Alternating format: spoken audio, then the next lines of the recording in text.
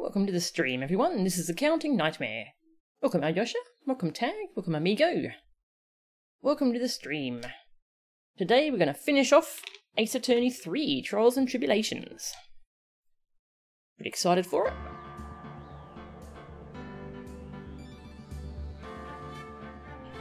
Yeah, it's an exciting day. We're going to finish this case and finally get the wrap-up on what's going on. Finish off this initial Phoenix Wright Trilogy, and then we're going to start up a new game, Ori and the Blind Forest. I'm pretty excited for everything. Okay, we had to end the stream right in the middle of everything yesterday. We're up to the last section of this trial. I won't go too much into detail about what's gone on in this case, because this is like right near the end. You should probably just kind of watch the whole case from the start. But yesterday we found out the truth about... Well, we found out some truth about things. We found out that the Iris we've been talking to for a while was actually Dahlia, being channeled by Maya. And our Iris was actually trapped in the cavern. And we said goodbye to Dahlia. As I think Maya kind of forced her out, her spirit out of her body. And so now we're going to put Maya on the witness stand and talk to her, trying to figure out who was the actual murderer, because we still haven't figured that out after all that ridiculous stuff. Hey, King Brody, welcome. Yesterday, ghost trick. Yeah, that's a good way to put it, amigo. Alright, February 10, 3:36 PM. District Court, courtroom number 7. Now then, before we proceed any further, I'm going to announce the results of the tests we had performed earlier. Tests? Yes, tests. On the bloody dagger that was found stuck in the pine tree. Oh yeah, that. I totally forgot about it. Did we end up doing tests on the actual blade in the staff? I don't think we did. That's kind of important. Hey Scourge Maintenance, how are you? Welcome. You're looking forward to seeing Ori? You've heard about it but haven't seen any gameplay? Yeah, I've seen about the first 20 minutes of it from a Giant Bomb quick look, and I was pretty excited to play it. How long ago did that game come out? Because it's been all these years and I'm only just getting around to it. That's kind of how I am with games, huh? Yeah.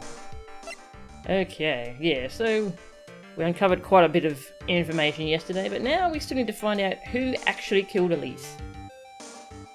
Well, Misty Faye is her actual name. So it seems like she was channeling Dahlia to try and...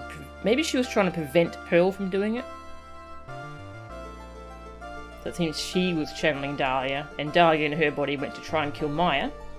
But someone intervened and killed her before she could kill Maya.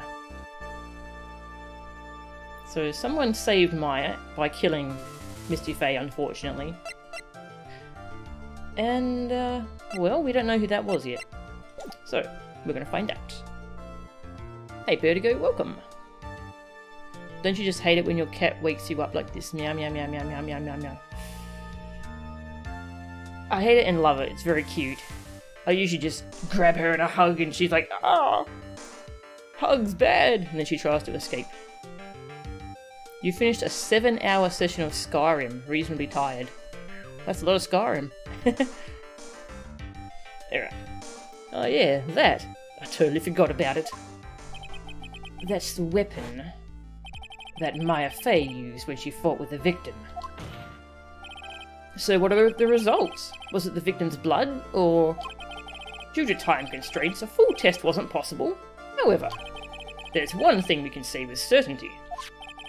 The blood that was on this dagger was not the victim's blood. Okay, so in this situation, shouldn't they just put the rest of the trial off until tomorrow?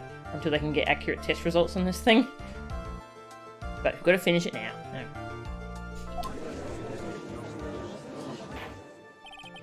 That is all. Now then, let's restart this trial. So it wasn't Misty's blood on the dagger. Then whose was it? Dagger updated in the court record.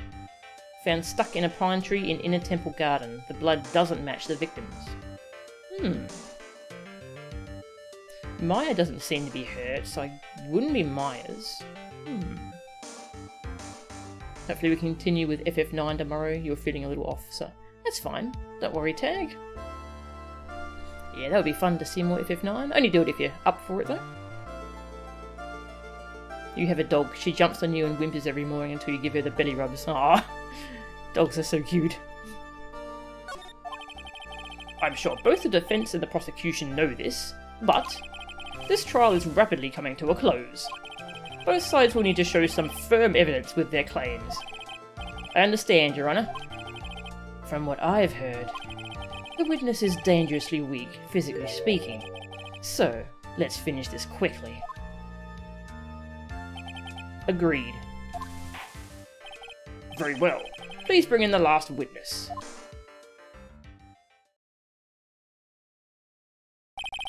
Witness, please tell us your name and profession. Maya Fey. My profession is... I'm the assistant manager at Wright & Co. Law Offices. She didn't say she's a spirit medium. Interesting. Your doggy does that too? Ah, it's cute, Adrisha. Yeah, we can't lock our cat out because she will wail at the door until we let her in. She will just wail like a banshee. Maya. According to the magazine I have here, you're a spirit medium of the Quran channeling technique. I'm frightened. The Fae clan. I don't want any more to do with it. Oh. Oh, Maya. The pain the Fae bloodline causes must be unbearable. Very well. Now then, Miss Fae. When the event occurred, you were in the garden of the Inner Temple. And you witnessed the moment of Miss Elise Downham's murder. Is this correct? I didn't see anything. Straighten up this instant, young lady. Huh? Pick your head up and speak clearly. There's always time for crying later. But I... Your mother was killed right in front of your eyes. There's nothing you can do to change that fact. But there's something you can do. You can finish this. You've been watching the whole thing, right? You've seen the witnesses come out and you've seen us squeeze the truth out of them. Now it's your turn. Let's hear your testimony. On the night of the crime, what exactly did you see happen? Witness, if you please. Yes, Your Honour. Oh, poor Maya. Jeez. She's been through some horrible stuff.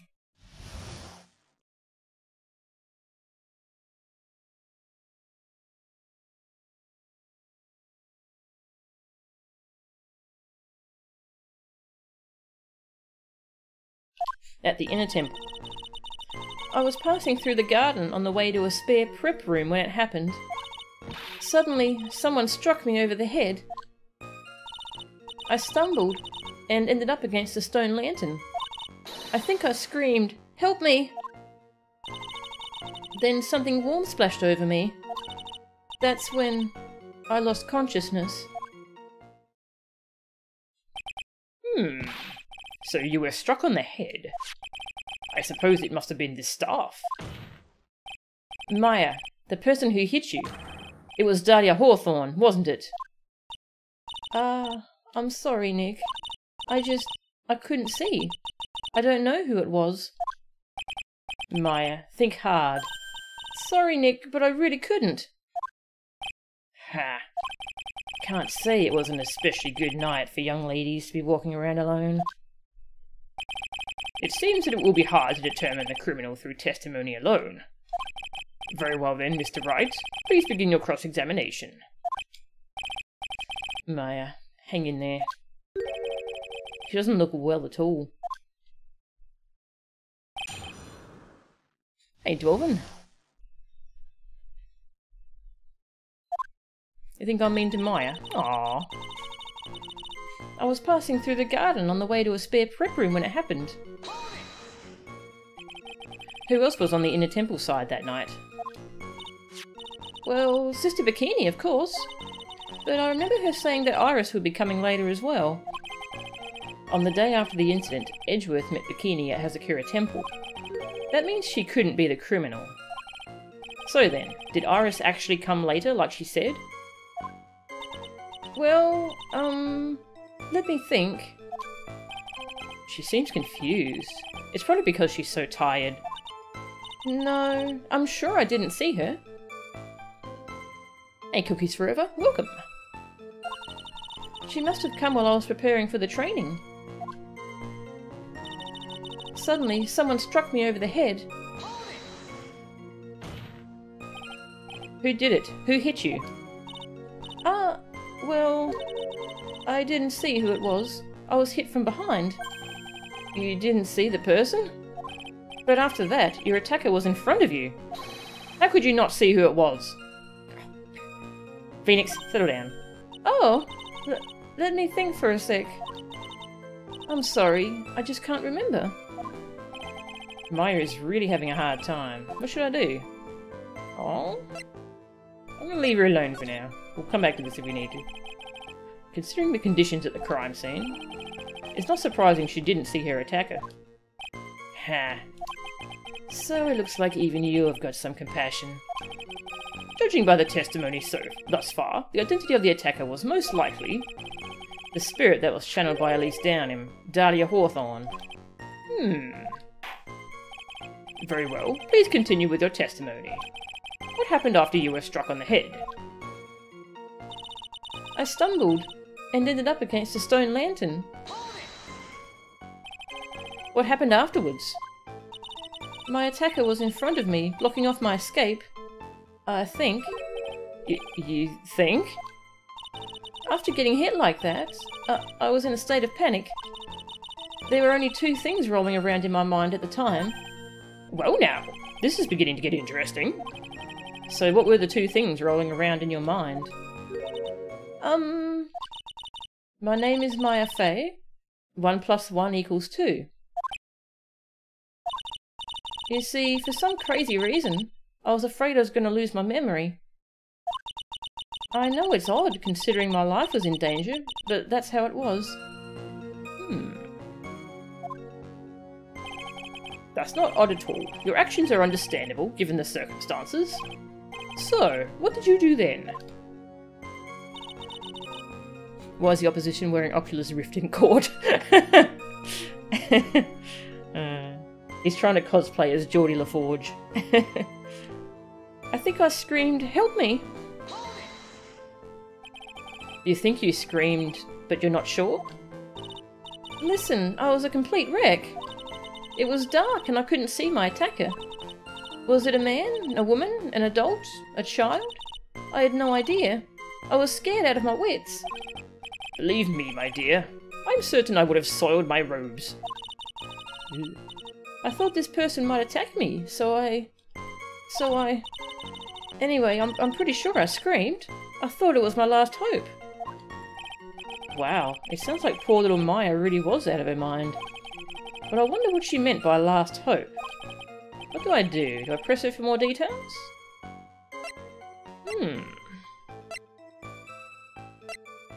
I'll come back to this one.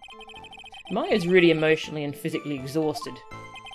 I shouldn't go overboard. For the time being, I'll just play it by ear. Alright then, witness. Go on with your testimony. Oh, okay. Then something warm splashed over me. You don't mean... was it? I didn't know it at the time, but...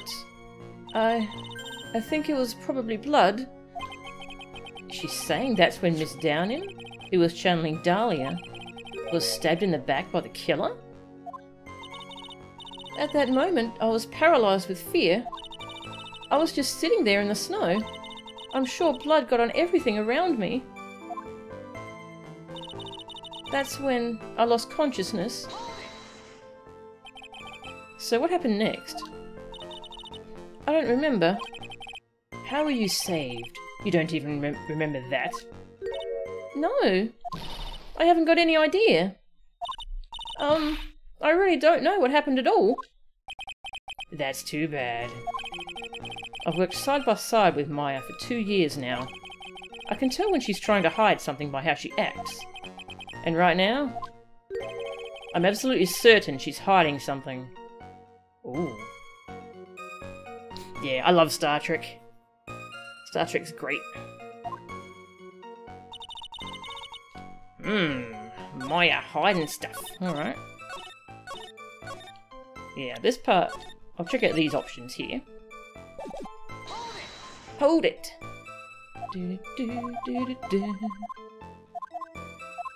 Alright. Where did she scream? So you're certain that you screamed, "Help me"? I think so. Now that I think about it... Yeah, that's gotta be what I screamed. Ha. Is it all that strange trait for her to have screamed, "Help me"? No, but... something about that bugs me. Why would you face someone that's trying to kill you and go through the trouble of screaming for help? Alright then, witness. Go on with your testimony. Oh, okay. Alright, we didn't get too much out of that. We'll try the other option.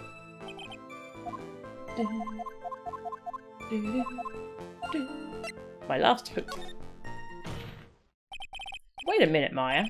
What's this my last hope stuff? What? What do you mean by your last hope? No, that's what you said.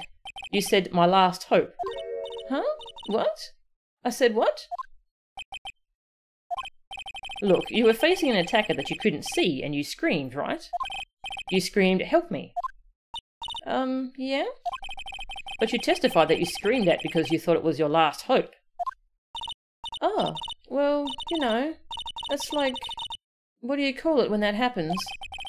Mine's not doing so well up there. Oh, yeah, oh, that's right. I remember now. I was facing my attacker, but that's not who I was screaming at. What did you just say? Yeah, that's right. Come on. Thanks for following, Oni baby. It was the person behind my attacker that I was yelling at. That's who I was screaming to for help. Ah! What is it now? I messed up. I didn't mean to let that slip out. Huh? Witness, are you absolutely sure of what you're saying? Behind the attacker, there was another person. I am. Well, I meant to keep that part a secret.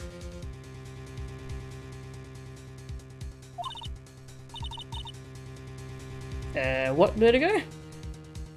Oh, what have I done? Ha. It takes a ton of pressure to make a diamond. That's what I always say. A ton of pressure? You're in a court of law here. You can't make things up or try to hide things in this chamber.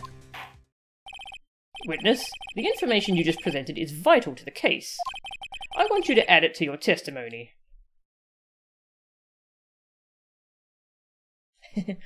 Thanks, Tag. Yeah, I don't know where that came from, but it was creepy. Vertigo. I could see a man behind my attacker by the light of the stone lantern.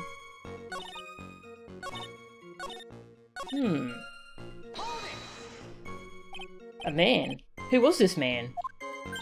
Well, you see, I couldn't see. I think she's lying. You couldn't see? She's used this excuse twice now. Well, you know, lantern light isn't very bright. Lantern light, did you say? There's a great big stone lantern in the garden. They always light it when an acolyte is there for training. Hey, you know what they say? Under the lantern, darkness reigns. So I could see the person that was further away, but not my attacker, who was closer. Wait, what? Plus, there weren't any other light sources in the garden at the time. That's weird. How?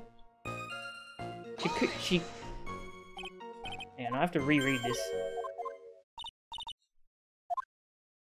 Lantern light.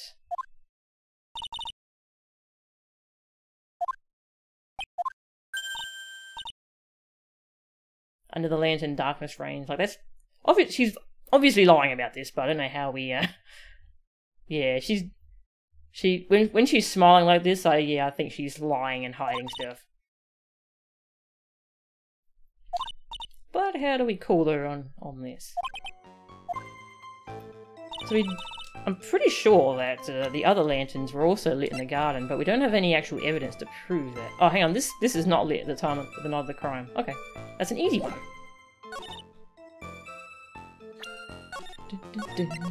That's an easy one. What was that other thing we could press on? The one I decided to back off on. I just wanted to see what the dialogue there is.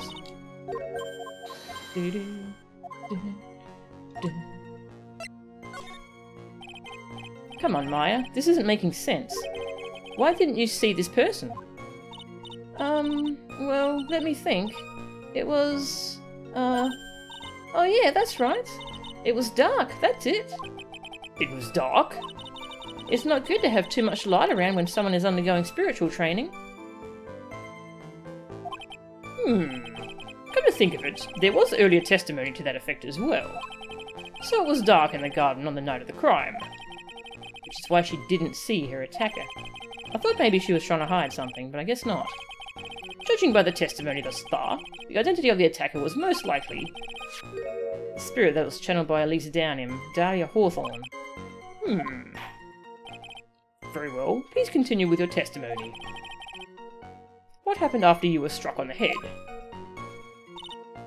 Yeah, she's claiming it's dark, but now she's claiming that there was enough light. Yeah. Objection! So there was a man standing behind your attacker? Yeah.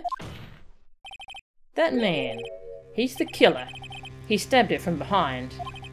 He's the one who killed Elise Downham. Otherwise known as Misty Fey, your mother. The killer? Maya, you know who killed your mother, don't you?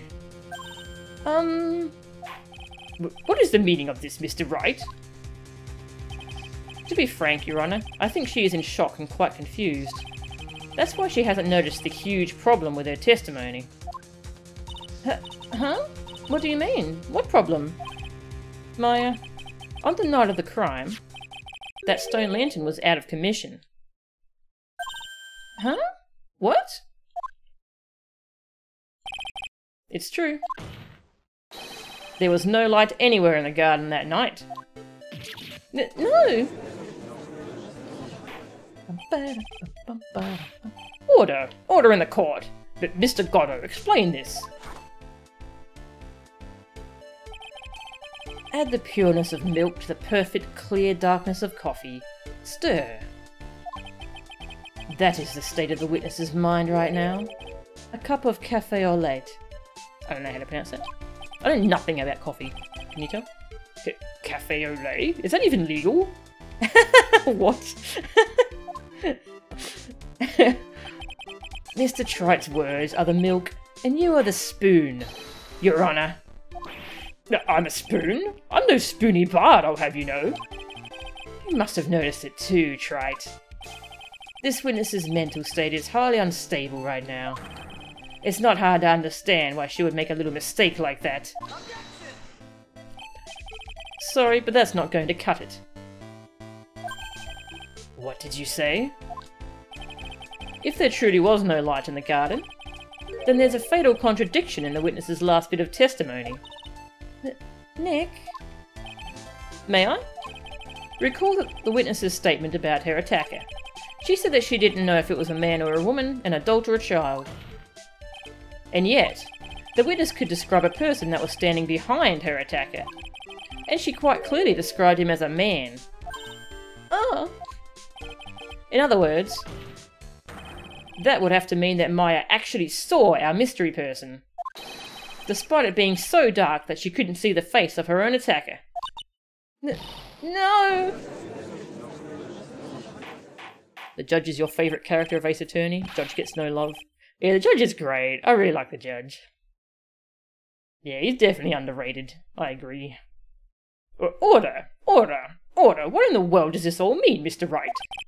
Are you saying Miss Faye saw the real killer under pitch-black conditions? Objection! Trite, do you have any idea what you're proposing?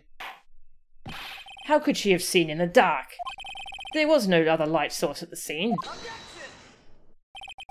There are some things that you can only see in the dark, Mr. Godot. Maya, you did see who the killer was in the dark. And now, you're trying to cover for him. Save my game. Cover? For the man that killed her mother? There's only one conclusion I can draw from this. You know who this man is. Please, Nick. I don't know anything. Please. I'm begging you. Ha. You talk a good game, Trite, but let's see if you can walk the walk. It was pitch black, so what could the witness see? I'm calling your bluff. No, Nick, don't. But please, stop. Maya is dead set on protecting this guy. The man who murdered Maya's long-lost mother. But I can't let him get away with it. I'm a lawyer, an officer of the court. I'm here to find the truth. Alright, Mr. Wright, time to show us what you've got. So apparently if we don't prove who the real killer is, Iris is going to take the fall for it, so... Who was this person that you say Miss Faye saw in the darkness? Ooh, yeah. It was definitely... Gumshoe! That's not right. It looks like you've proven a well-known fact. The fact that people really can't see in the dark. Look, you're just the man I thought you were. You should try a nice sweet cafe au lait at least once in your life, Trite. But I'm sure she saw the killer in the dark. So the answer is clear. What is visible in the dark? Alright, Mr. Wright. Time to load your game.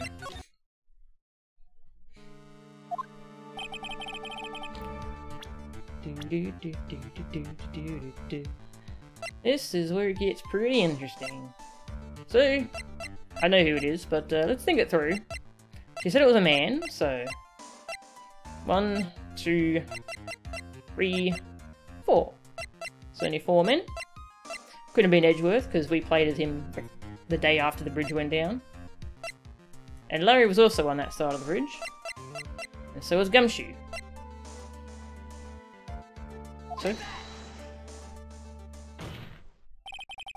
Because it was pitch black, Miss Faye was able to recognise the killer easily.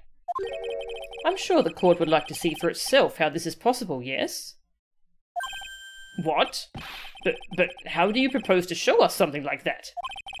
It's easy. We just need to recreate the conditions of that night. Conditions? Your Honour, the defence officially requests that all the lights in this courtroom be turned off. They did that pretty quickly, didn't they? What? This is... But it can't be! Ha.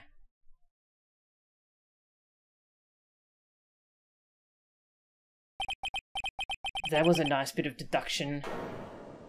Trite.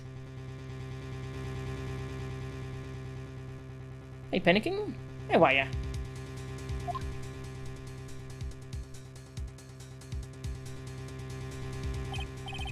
Well, everyone, he looked kind of spooky just then, didn't he?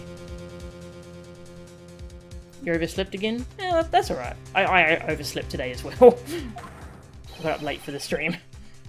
This is the man Maya saw on the night of the murder. Order, order, order. Prosecutor Godot, what is the meaning of this?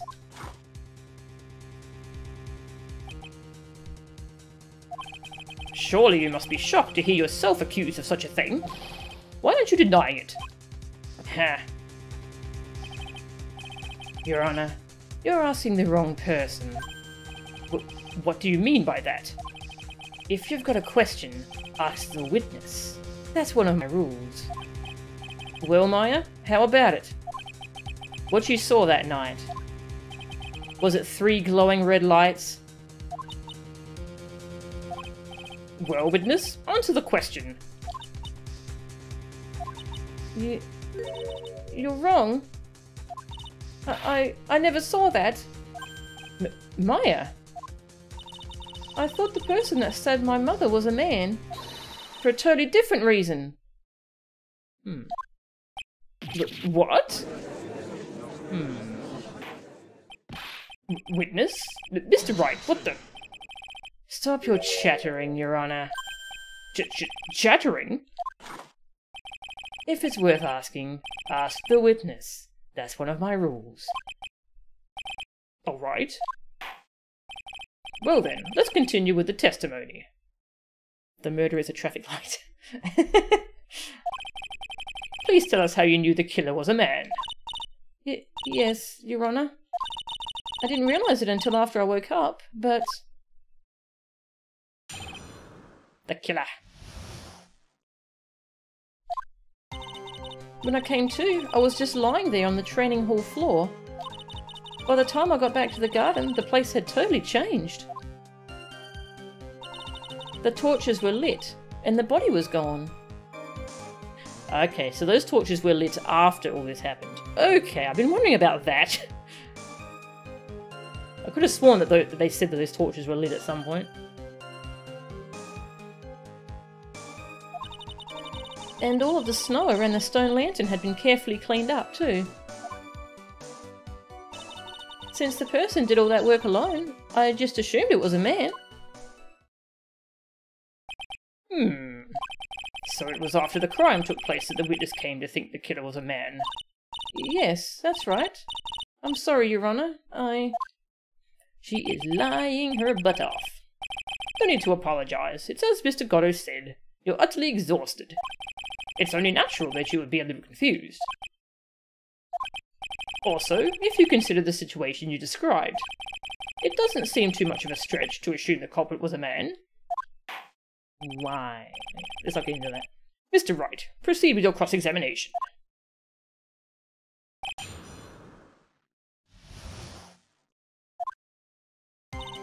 When I came to, I was just lying there on the training hall floor. So you lost consciousness when you were in the garden, is that right? Yes, I think it happened when the victim was stabbed. So then, the person that carried you into the inner temple? It could only have been the killer! That's what I think too. So the killer carried Maya into the inner temple. Yeah, and that's when she woke up and then she, and then that's when she channeled Dahlia.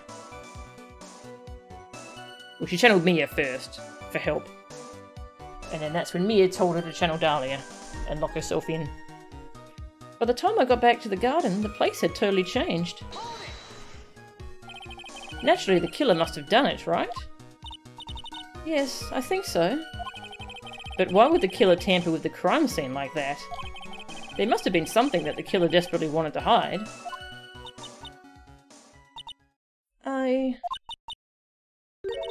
I don't know. It looks like she doesn't have enough confidence. I think I need to gather some more information before I ask her again. Okay, so I think I need to come back and press this one again. That's what it seems to be hinting. The torches were lit, and the body was gone. The torches were lit? Yes, that's how I noticed that the whole scene had changed. I'm going to say it was the killer who lit the torches. I mean, who else could it be? The killer probably lit them since it'd be impossible to do any cover-up work in the dark. However, if that's true, there's one thing that still bothers me. Why did the killer go to the effort of moving the body? That's true. It's hard to see how that would be of any advantage to the killer. The only one who would gain anything from that would be... the only person that was at the inner temple, Maya. Very well. Let me hear some more about the condition of the crime scene. And all of the snow around the stone lantern had been carefully cleaned up too.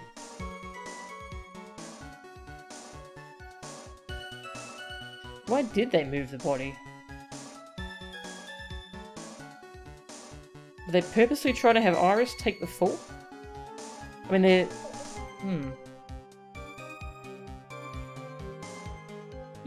I don't get that yet. And all of the snow around the stone lantern had been carefully cleaned up too. So you're saying the killer cleaned up the snow? It did look really odd.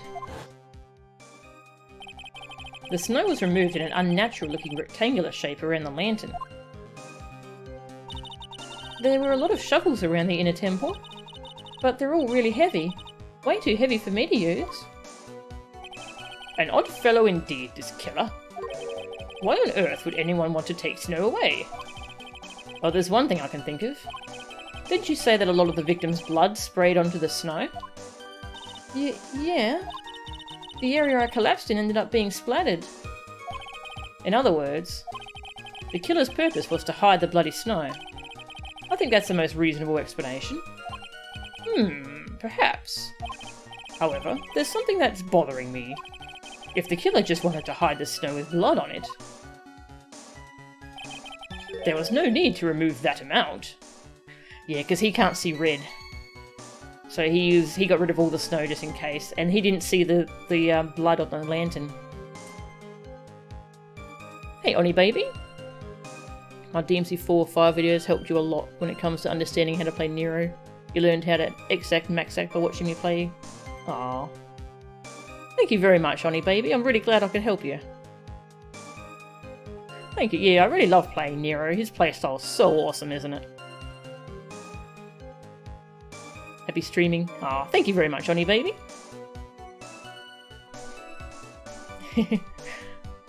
Famous for DMC, yes. That's true. He could have scooped up just the snow that was stained with blood. It looks like there are some mysteries behind this issue, but I think this will help explain them. Since the person did all that work alone, I just assumed it was a man. Nero's your favourite, probably? You mean playstyle or character? He's my favourite in terms of both. So you're saying that you never saw the killer, right? Yes. But earlier you very clearly stated that. You saw a man behind your attacker. Nick, I'm sorry. The killer certainly went through a lot of trouble. Moving the body by pendulum, manipulating the crime scene. But for what purpose? Why do all that? Maybe Maya knows more than she's letting on. Yes, I'm guessing he's specifically trying to protect Maya. Even if that means Iris taking the fall for it. He wanted to make sure Maya didn't get blamed for the murder, I think. Both? Yeah, I agree, Ayosha. How often do people on the street walk up to me demanding Triple S autographs? No one around here knows who I am. Thankfully. Oh, thanks, Alyosha. Alright, I'm gonna try to repress this one. This is the one he said we wanted to look at again.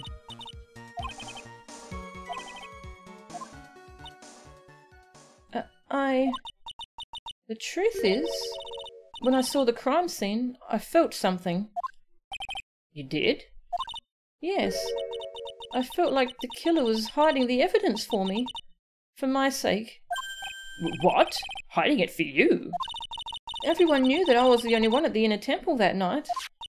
If Sister Bikini had come back and looked at the garden, she may have thought that you had done it. No, she definitely would have thought so. And you're saying that's why the killer cleaned up the crime scene to make it look like nothing had happened? Yes, I'm sure of it.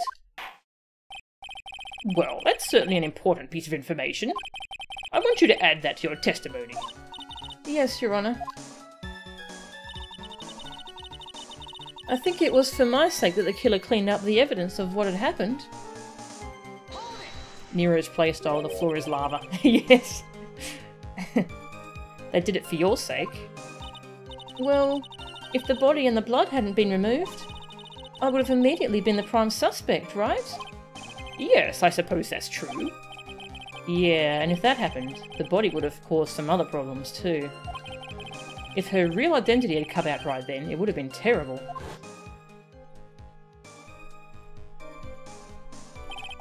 Master of Khura'in killed by own daughter. I don't think Maya would have been able to handle it. But still, it's rather difficult to fathom the killer's motives. What reason is there to go through that much trouble to protect you?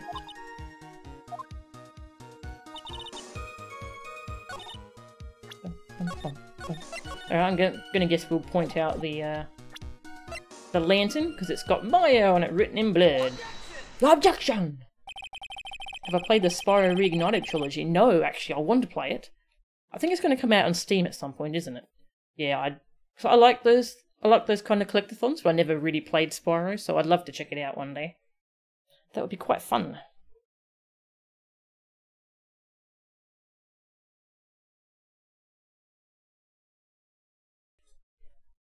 The body of Elise Downing was carried all the way to Hazakura Temple's courtyard. Then at the garden, the real scene of the crime, the snow that we suspect was covered in blood was scooped up and removed. It's reasonable to believe all this was done in an attempt to hide the true crime scene. However, there's still one matter that seems somewhat odd. Oh, and what would that be? You must have figured it out by now, Mr. Godot. It's the message written in blood on the lantern. It was written very clearly on the white stone lantern. Maya. Oh. If the killer was so motivated to protect Maya from suspicion, then why didn't they wipe the writing off the lantern? Ah, you're right. Oh, it's already on Steam? Ooh, thanks, Alyosha. Order, order, order. But Mr. Wright, isn't it a fact that the killer was trying to cover up the crime scene? Hang on, I'm just going to go add that to my wish list. In 6 weeks. Cool. Thank you, Alyosha. I've got that on my wish list. I'm going to play that. I'm going to play that on stream, actually. It'll be fun. Indeed. But it doesn't make much sense to move the body and remove the bloody snow. Then not wipe off the most incriminating thing of all, the bloody writing. Objection. But if that's the case, do you have an explanation for the killer's mysterious behaviour? Why would this killer move the body and remove all that snow, but then leave the bloody writing on the lantern? I don't know what the killer's plan was, but it's a fact that the killer left the writing on the lantern. There must be a reason for it. Well then, Mr. Wright, let's hear your opinion. Save my game.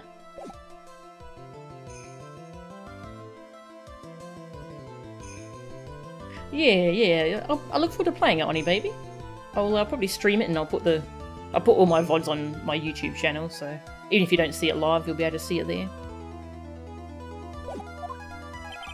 Why did the killer leave the message written in blood on the lantern? The killer didn't notice it, that's what I think. Let's check these other options first. The killer wrote it. There's only one reason, and it's easier to spot than it's just a bikini in a bikini. I don't need that mental image, thanks, Nick. It's because the killer is the one who wrote it. Huh? Too bad, Miss Wright. Don't you remember the testimony of that rather pathetic, vile woman? I think I was stabbed. Anyway, I suddenly lost consciousness. But before I did, I scrawled her name on the lantern. I had hoped it would cast suspicion on Maya. Oh yeah, she did say that, didn't she? Ha! You and Dahlia. I'm not sure which one of you is more pathetic. Ouch. Oh! Ouch. A Hat in Time is a really fun collectathon. You heard it from nearly anyone. Yeah, I've heard a lot of good things about that game too, actually. I've got to recall everything I've seen and heard up to this point. The answer is there somewhere. Bum, bum, ba-da-da-da. To pin the crime on Maya. There's only one reason. One as obvious as John Armstrong in a thong on the Riviera. Another thing I don't want to picture, thanks Nick. The killer was trying to pin the crime on Maya. Huh? Nick?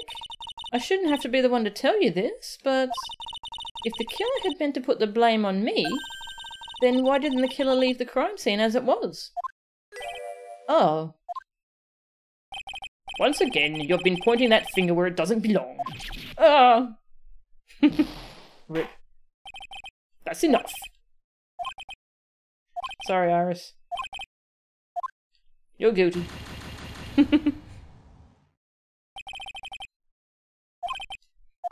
No worries on you, baby.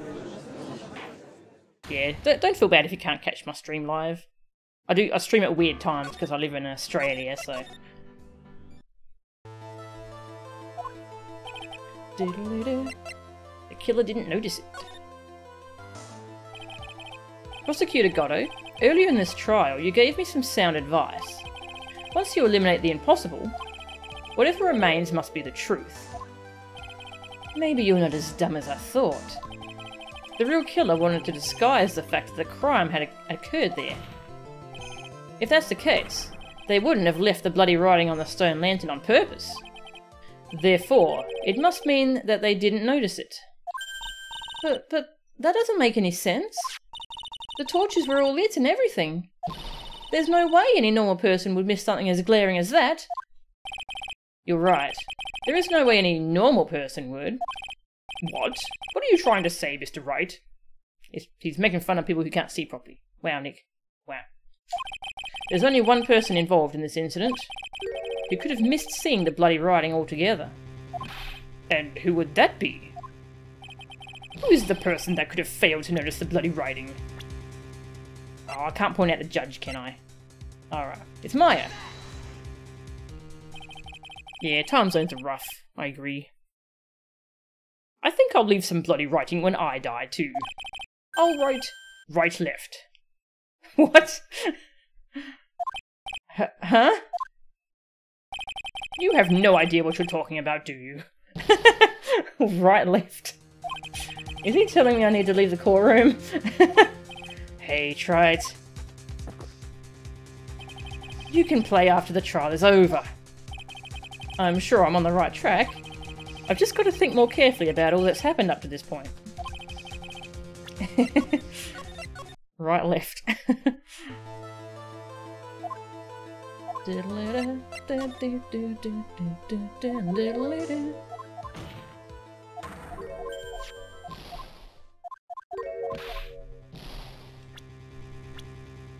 was Godot. Mr. Godot, this is what you said yesterday. My eyesight is pretty messed up. Even with these huge goggles on my head, I still can't see everything. You can't see everything? Is that correct, Mr. Godot? This lantern was submitted as evidence today. I would like the court to think back to the moment it was first presented. This lantern? There's something written on it. Why, it's written in blood. Nonsense. This lantern, it's as clean as a whistle. Mr. Godot, just admit it. There are certain colours you can't see, correct? You can't see red on a white background, can you? That's right. We went through this once before, during the poisoning case at Tribulations. This is the apron the delightful Miss Bird was wearing at the time, and somehow spilled coffee on. There's something still bothering me, Mr. Godot. Why have you not explained the bloodstain to the court? Bloodstain? What bloodstain would that be? Don't play games, prosecutor. The blood-coloured stain that's smeared all over the apron. That's ridiculous. No one told me anything about a bloodstain. The worst case ever, yeah. Yeah, case 3-3. This case is so much better than 3-3, it's kind of amazing, isn't it? You could see the coffee on the white apron, but you couldn't see the ketchup, because it was red. Ha. It's strange. In a black and white photo, those letters would have appeared black to me. I wonder, why am I the only one that can't see them? So then, Mr. Godot, are you admitting it? Are you admitting that you can't see the red writing on the lantern?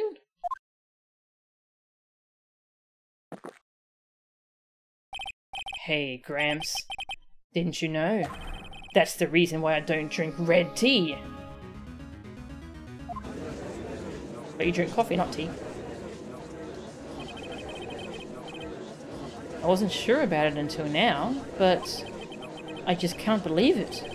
Prosecutor Godot is the murderer. But there's no going back now. I've finally figured out the truth. Mr. Godot, the defense at this time formally accuses you. You are the murderer of Miss Elise Downham, also known as Miss Misty Fey. It's hard to believe this may be true. However, once again Mr. Wright has brought up a disquieting fact about you. Ha. Just make sure you don't fill out the indictment in red ink, Gramps. Come on. How does a little graffiti make me into the killer? Besides, it's not like it's my name that's written there. I'm certain that the killer wasn't able to see the colour red. This is rich. Do go on, try it. The answer is right there at the crime scene. In the snow. The snow? How so? Well, for example, why did the killer move all that snow? Your Honour, you said it yourself. If he wanted to hide the bloody snow, why not take out just that area?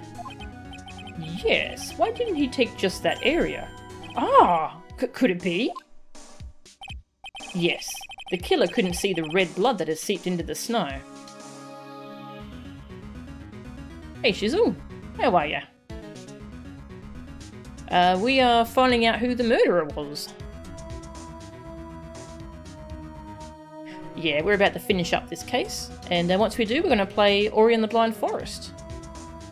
Yeah, she's also, we're cross-examining Maya, and she let slip that when she was getting attacked by Dahlia, she saw a man behind her. And so we figured out, since it was really dark, the only way she could tell who it was if it was Godot, who had, because she could see the light of his visor. So we're accusing Godot of actually being the murderer and trying to protect Maya.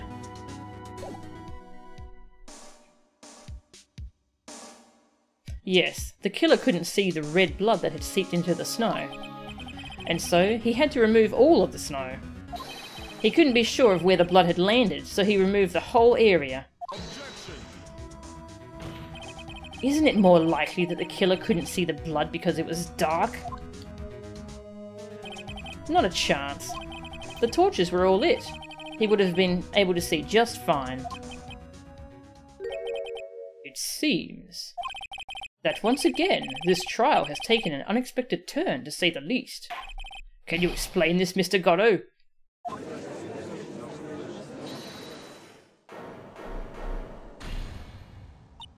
Wait just a minute.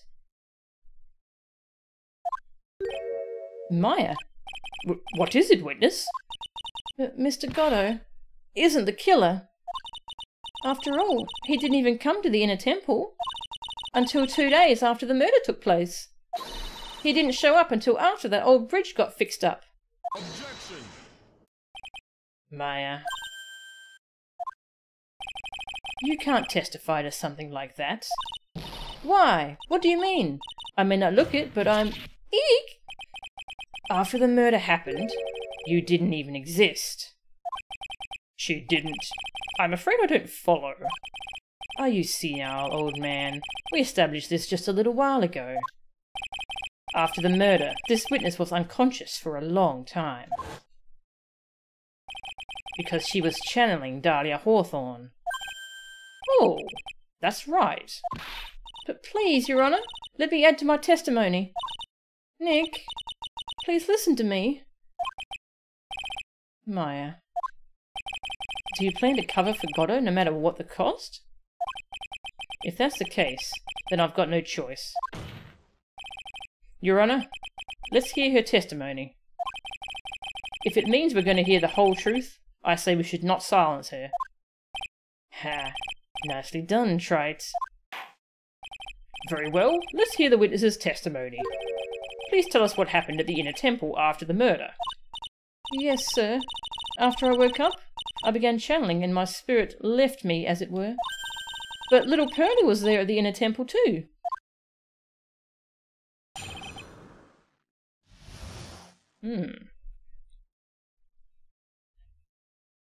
I'll drink some water.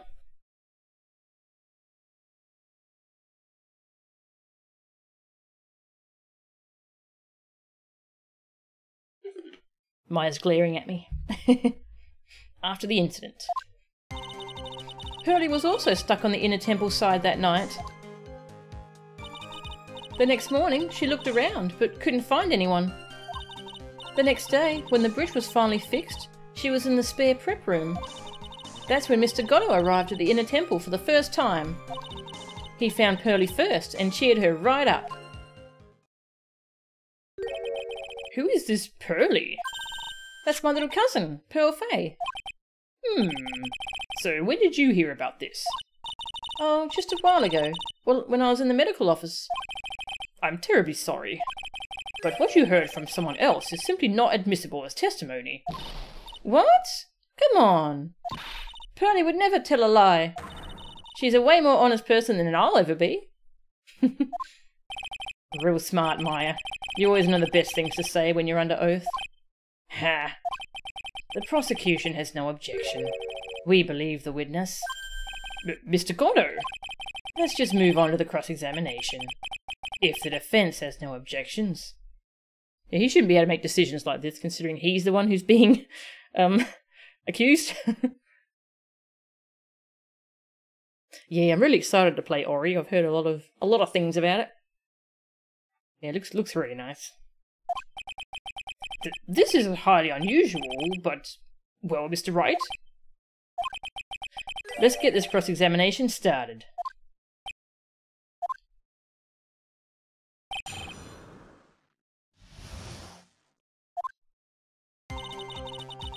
Pearlie was also stuck on the Inner Temple side that night.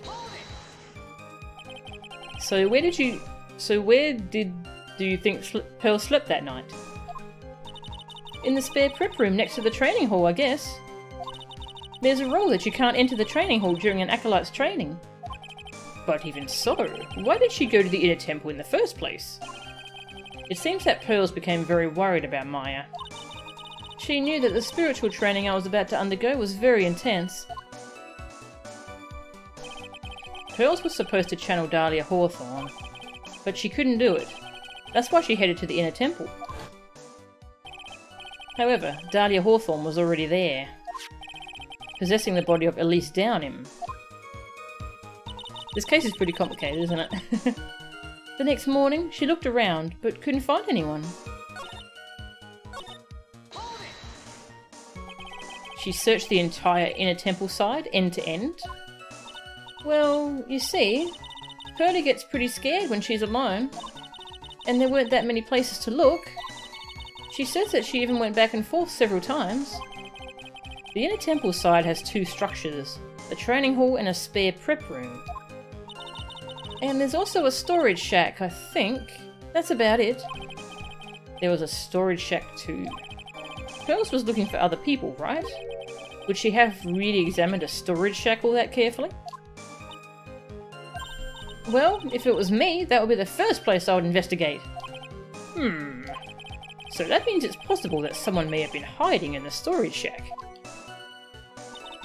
The next day, when the bridge was finally fixed, she was in the spare prep room.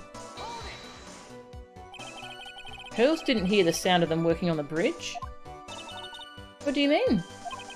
I was just wondering why she would stay in the prep room. If it was me, I'd at least go out and wait at the foot of the bridge. Oh, well, Pearlie said she was sleeping at the time. She said she was so scared during the night that she couldn't sleep well and woke up a bunch of times. Poor little girl. All alone like that. Well, we know that she had at least one friend in the secret cavern. Dahlia Hawthorne, who was busy battling with the trick lock. She couldn't let anyone see her, so she wouldn't have shown herself to Pearls. God, this would have been horrible for Pearls. Jeez.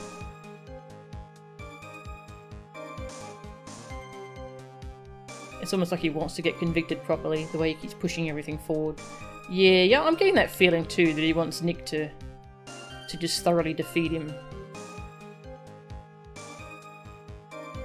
So she wouldn't have shown herself to Pearls. What happened after the bridge was finally fixed? That's when Mr. Godot arrived at the Inner Temple for the first time.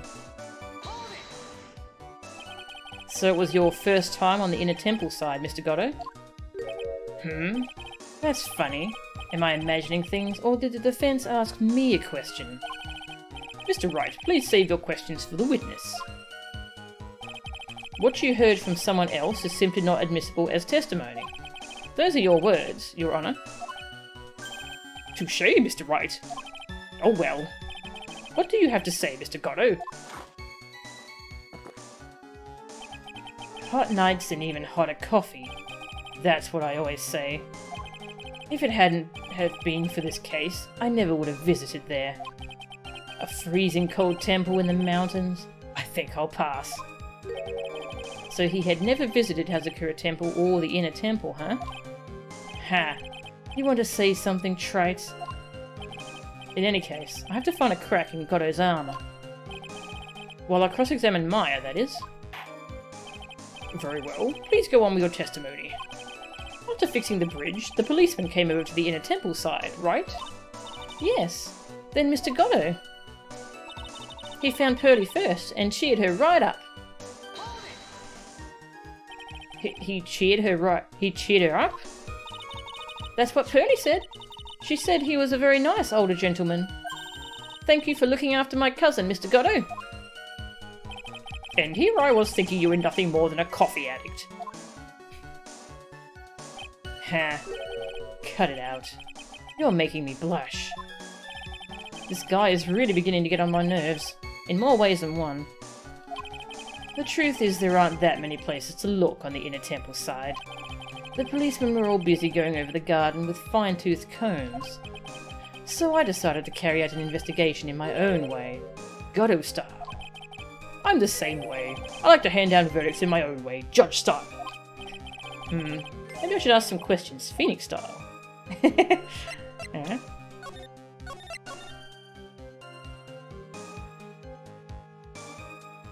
He cheered Pearls up with coffee. He can create coffee out of thin air. Oh, whoops. How about it, Mr. Wright? Do you have anything to add? No, I'll give up. This whole Phoenix style thing, I mean. It seems this phrase has become overused, so I'm putting an end to it. Judge style. Then let it go already. There's only one thing of any importance here. Where was Godot when the murder was taking place? He must have already been at the Inner Temple when it happened. Otherwise, he couldn't have killed Elise Down him.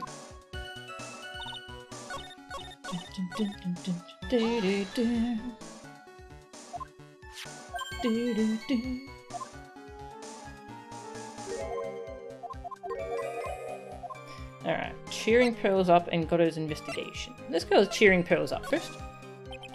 So you cheered Pearls up. When I found that little girl, the first thing she asked about was her cousin, Maya Fey. Really? The bridge had burned down and she was huddled up in that tiny shack with no heat. Even though she must have had a truly terrifying night out there. She asked about you before she said a thing about herself. But Pearlie, I noticed that you weren't anywhere on the Inner Temple side, but I couldn't find it in me to tell her that. So I gave her my last cup. Yeah, it actually was with coffee. Oh. With milk and sugar. to hide the bitterness of the harsh truth. What a sweet story. He had a thermos of coffee? Why doesn't that surprise me?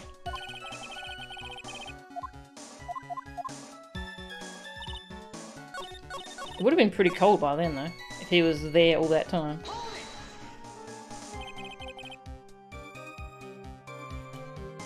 Yeah, I'm wondering what the connection is with Godot and Misty? Because they must have been working together if... I assume they were working together? I don't know, I guess we'll find out.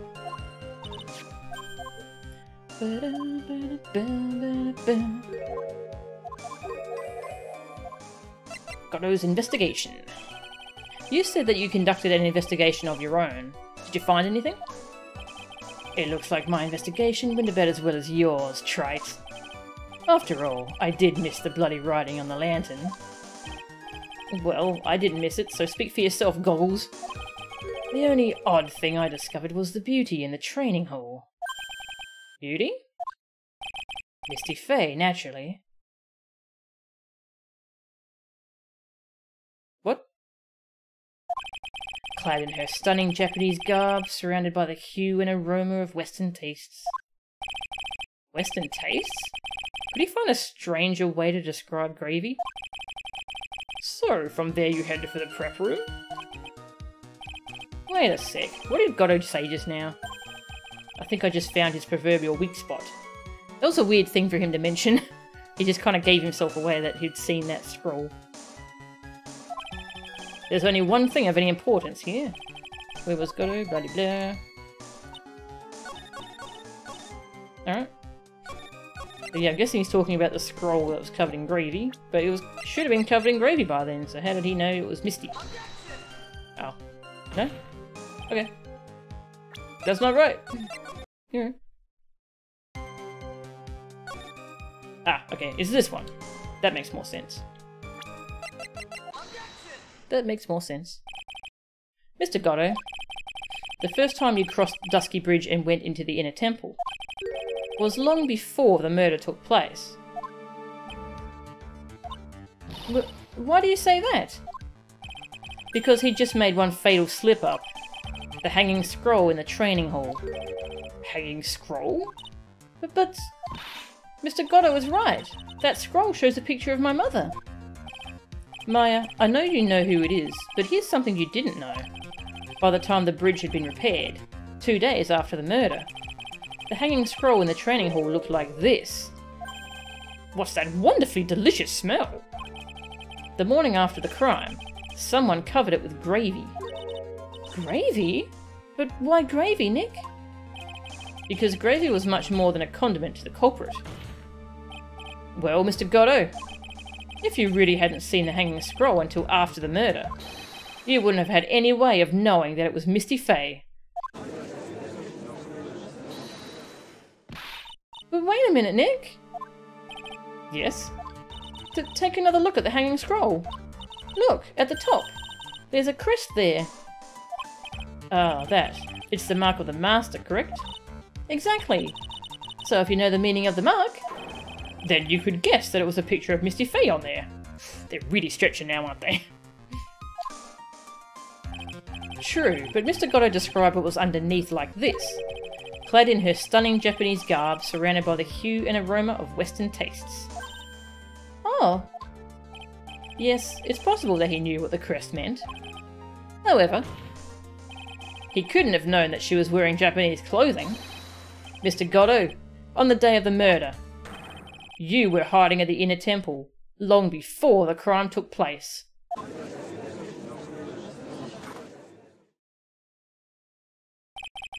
Can I ask you just one little thing, Trite? What is it? This whole theory of yours, it all rests on a certain assumption. That I knew beforehand that a crime was going to be committed. That's right. Otherwise there's no reason for him to sneak onto the crime scene. Of course Mr. Godot knew about the plan. Huh? What did you say? Is it really possible that another person knew of that plan?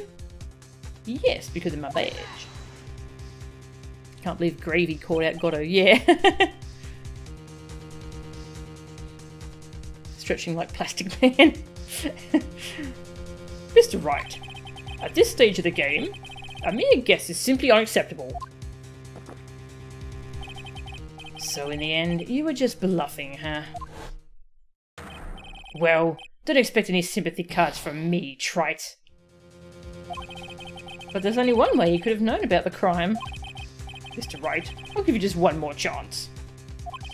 Of course, blah blah blah. My badge tipped him off.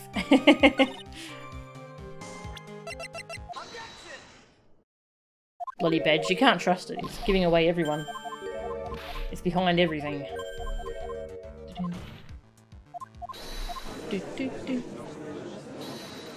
The badge colluded with the Gravy to kill Misty.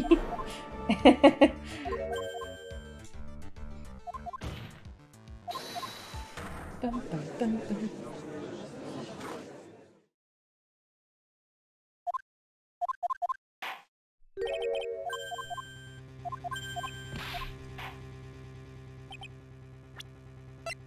Yes, so the note. So I'm wondering who actually did open the note before. I don't know why Godot would have been at the Fae Mansion. But this is our lead, so we'll go. This crime was actually planned over a year ago. Morgan Fae authored the plan for her daughter's future, and these instructions were hidden somewhere in Fae Manor for a year. However, by the time little Pearls found these instructions, they had already been unsealed. Unsealed? Yes. The killer had read these instructions long before Pearls ever found them. That's how he knew the crime was to take place at the Inner Temple. And you still insist this crafty killer is me? You bet I do. But you just said that the instructions were hidden. That's right. Mr. Godot couldn't have known where the instructions were hidden. If he really wanted to know, he had one great chance to find out. Did he? Oops. Yes, and when was that? During a visit. A visit? Morgan Fae told her daughter, Pearl, about where the instructions were hidden. During one of her visits to the detention centre. That would be the only time for someone to have learned where they were hidden. Eavesdropping on a visit at the detention centre? Yes, it could be arranged if you were someone with easy access in and out of there. Like, for example, a prosecutor such as Mr. Godot.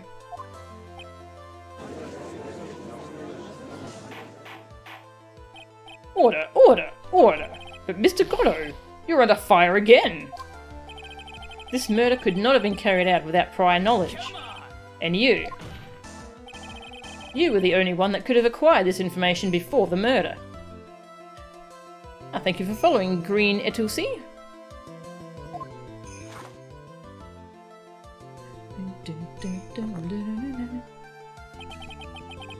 Humans are afraid of the dark, and yet, at the same time, we're fascinated and bewitched by it.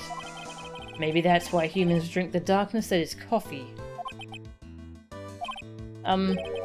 Sorry for always asking, but what does that mean? It means there's a reason for everything. According to your theory, the killer in this case eavesdropped on a conversation during a jail visit where he learned of a hidden plan for a crime. After discovering the plans, he hid in the Inner Temple and waited for the crime to occur. Then he ultimately took a person's life. And he did all of that just to protect this witness? That's right. If you're accusing me of this crime, I have to ask you, why would I do this? This girl is nothing but a stranger to me. I've got no reason to go through that kind of trouble to protect her. I am what you see. I am certainly not the type to rescue the damsel in distress. The killer's behaviour is certainly extreme, for lack of a better word.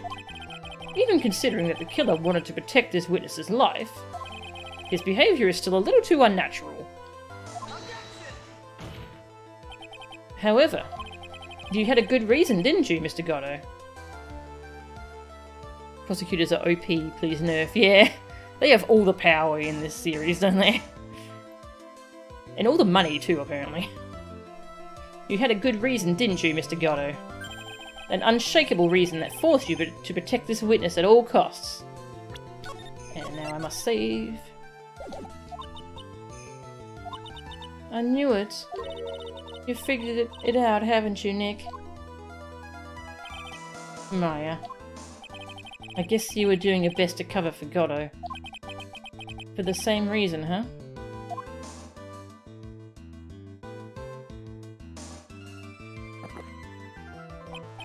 Okay, Trite. I'm all ears. Let's hear it. It's very simple. Maya Fey is a lot more than just a stranger to you. Save. Did I save? I forget. Save again! What's this?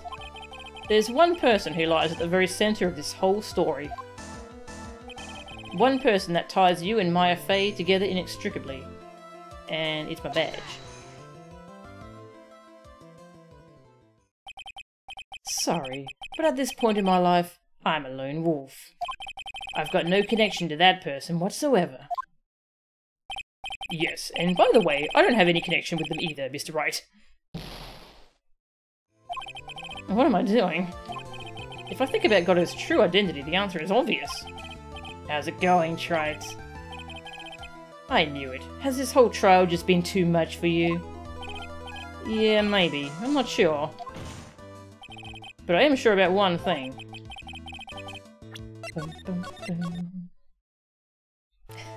Godot, I'm not gonna let you die! Sprouts long white hair and demon wings. It's very good.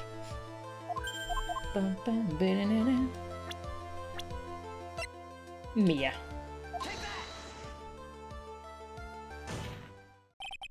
There's a very good reason why Maya Fey's life is so precious to you. After all, she is Mia Fey's only sister. Mia Fey. You once worked alongside her. That was when you were a defense attorney. Wait a second here. Mr. Godot is a defense attorney? With your honest piercing intellect, you must have figured it out by now. The real name of this man who calls himself Godot?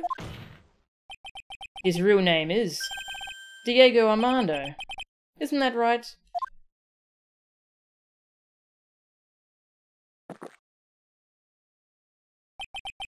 The last time someone called me by that name was over 6 years ago. Diego Armando? That name rings a bell. It should, Your Honor. All of this is related to a single case. A case in which a convict named Terry Falls killed himself. Mia Fey's first time in court, the tragic outcome left a deep wound in her heart. She knew that behind it all was a heartless, scheming demoness in disguise. But in the end, Mia couldn't tear off that disguise. However, there was one man who reached out to help her. Diego Armando, a senior defense attorney at the office where Mia worked. It's my fault. It's all my fault that Mr. Falls killed himself. Mia. You can't cry yet.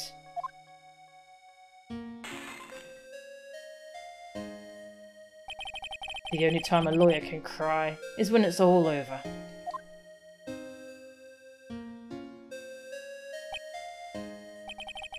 I was moved by her. You're not familiar with this series? Why is that Godot guy wearing that visor? I'm assuming he was in a coma, but he was poisoned. Someone tried to kill him, and so now his body's kind of messed up. He has to wear that visor to be able to see. The way she put all her faith in her clients, that pure sweetheart of hers. That's why I could never forgive Dahlia Hawthorne.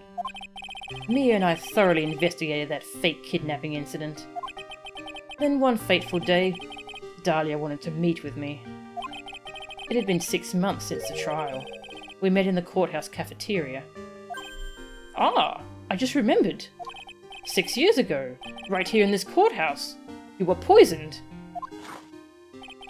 Even I didn't see it coming. Dahlia Hawthorne slipped some poison into my coffee. Some newspapers at the time called it a murder, but very little information about the case was released to the press. But you weren't dead at all. No official reports ever actually called it a murder. I was just in a deep, deep coma. Yeah, there we go. He was in a coma. Just gonna drink some water.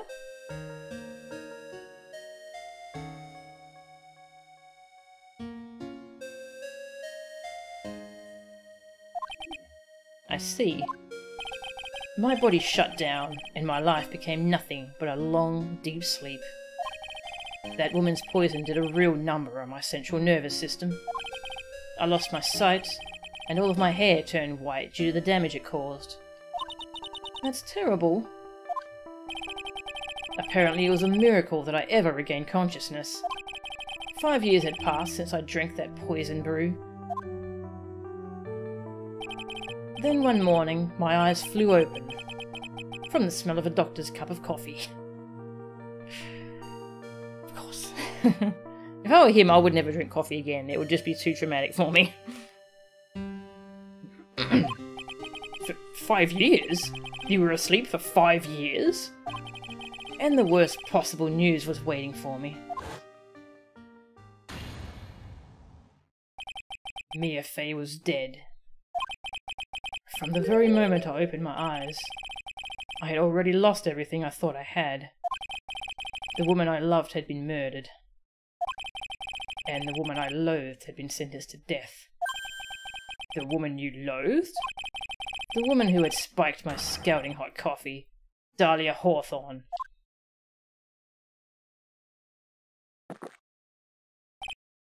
Ha. Good old Mia. She didn't let me down. She got her revenge before she checked out. In the end, there wasn't anyone waiting for me when I woke up. That's so sad. For someone like me, for someone who had slept away their best days, there were only 2 reasons left to live. And it was for those 2 reasons that I decided to become a prosecutor. If I may ask, what were your 2 reasons to live? The first was you, trite. Huh? Me?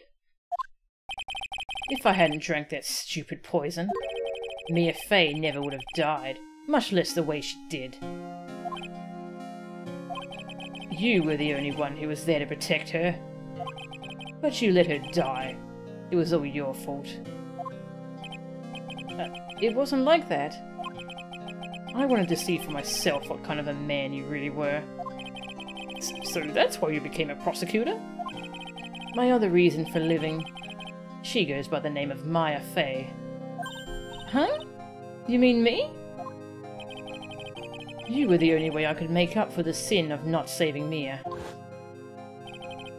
1 year ago, when the Karine village incident was resolved,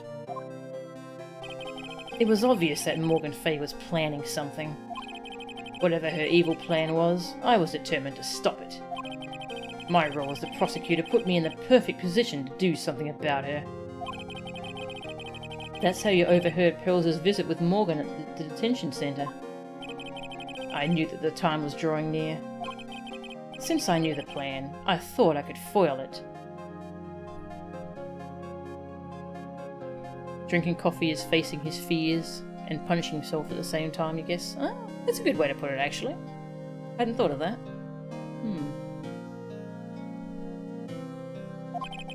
My goal was to outwit the plan. I thought if I could do that, I could keep that girl from being caught up in it.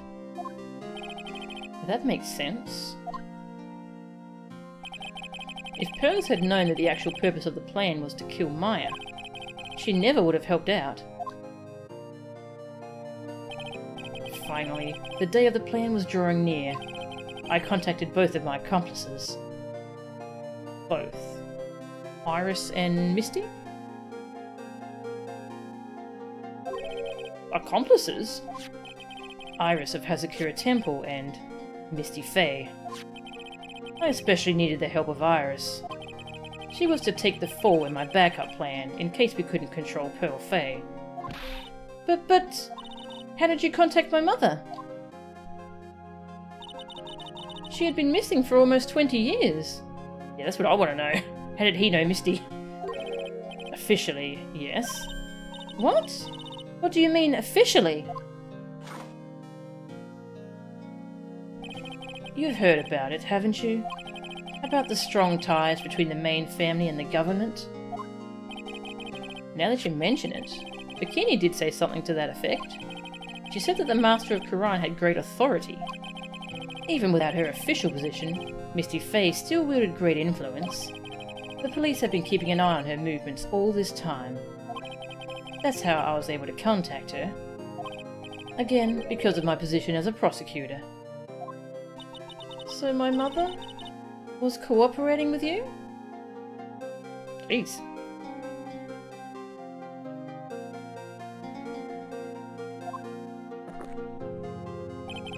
Don't ever forget.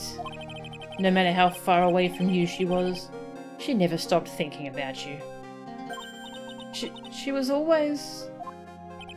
That's why. I knew she would do anything to protect you. If you want to know how strong her resolve to protect you was, look at her staff. Her staff? The one with the sword in it? The day the plan was to be carried out arrived soon enough. We met for the first time at Hahahah Temple. That's when your mother showed me her special staff. I realized it then, just how far she was willing to go. She was ready to use that sword to protect you from Morgan Faye, if necessary. Yes, even if it meant paying the ultimate price. Mother... That night, the night of the crime, there was just one way to stop Morgan's evil plan. You mean Pearl's, don't you? We had to make sure she didn't channel Dahlia Hawthorne. Well, Pearl, what are you going to do tonight? Well, if you'd like, you can come to my room. Perhaps we can read some books together. We thought we could prevent her from playing her part in Morgan's plan. But she never showed up. Aw. Hey, Counting Kittens, welcome.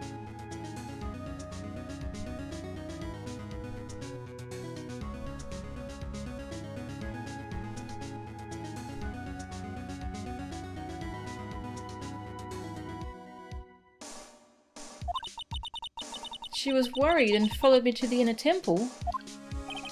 That was the thing we were most afraid of. And that's why Misty Faye had to do the channeling herself. She channeled Dahlia Hawthorne into her own body. What? What do you mean? If she channeled the spirit first, then Pearls wouldn't be able to do it herself. As Master of Quran, Misty Faye's power was supreme. So that's how it went down. She channeled Dahlia Hawthorne so that Pearl Faye wouldn't be able to. Oh. Ah! What? Is this true? My role in the plan was to make sure no one was going to hurt Maya Faye. That's why I hid myself at the inner temple. Just in case you needed to be saved from Dahlia Hawthorne. Godot. Anyway, that's all I'm going to admit to. Trite. Huh? There's no doubt about it.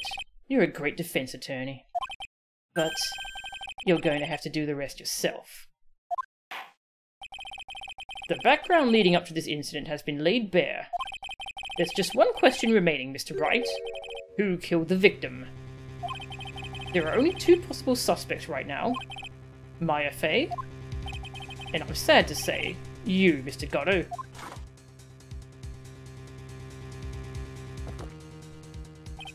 Well, Trite, if you're the real deal, then finish this thing once and for all. Show us beyond a shadow of a doubt that you can finish this on your own. No, Nick. Please don't. Maya. I heard the whole thing. From my sister. In the medical office. That's why. That's why I have to protect Mr. Godot. But you're gonna take the fall for it, though. I can't do it. I can't testify against him. After all, he's the man who put his life on the line to protect Mia. And me, too. Maya, I know that. Nick? But even so, it doesn't absolve him of his crime. Please, Maya, testify. Miss Faye, your testimony, please. This is the final testimony. Don't bother trying to hide anything, because I'll know. I want to hear the truth from your own lips. I understand. I'm sure you're right. I'm ready now, Nick. Alright, young lady. Tell us about the moments before you lost consciousness. What exactly happened at the time of the murder?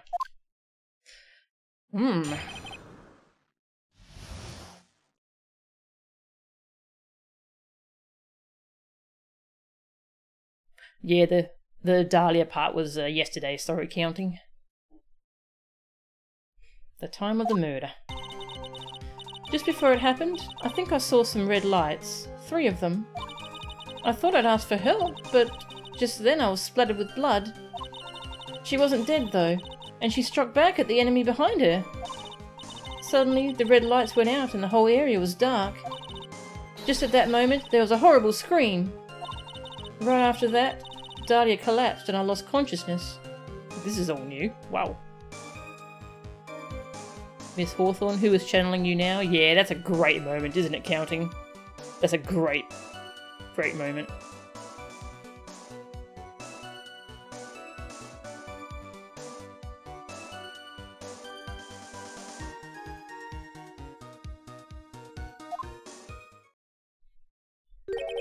These red lights. I thought you said you don't remember seeing them. Oh, I'm sorry. I thought I saw them, but then they disappeared all of a sudden. Ha. Things break, Trite. Even the best of theories. Who was it that stabbed Misty Faye? It looks like you still can't prove it. Maya's telling the truth this time, I know it. The rest is up to me. Well then, Mr. Wright, proceed with your final cross-examination of the witness. Okay, so he said Maya was one of his reasons for living, but here he's not. If he just admitted to it, he would protect her more. But instead, he wants Nick to do it. So I think what he wants here is Nick to prove he can protect Maya. Yeah, I think that's what Godot's doing here. He wants Nick to prove that he could protect Maya, even if he couldn't save Mia. Just before it happened, I think I saw some red lights. 3 of them. Yeah, because this is between Maya and Godot. One of them is going to be found guilty.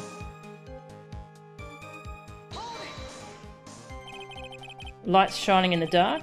I don't think you can make a mistake about that. Yeah, you're right.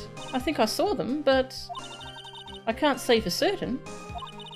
And I can't tell you for sure they were from Mr. Godot's mask either. I don't get the feeling she's covering for him anymore, but... press harder. But just after that, you turned towards the lights and called for help. Isn't that because you thought the lights were coming from Mr. Godot's mask? Yeah, I guess so. Maybe that's what I was thinking at the time. But I can't remember. After all, there was a person I couldn't identify in front of me. Maya's life was in terrible danger at the time. There's no way she can remember the details of the scene perfectly. Alright then, let's go on with the testimony. What did you do when you saw the red lights? I thought I'd ask for help, but just then I was splattered with blood. So she said before she screamed for help, but now she's saying she didn't. Interesting.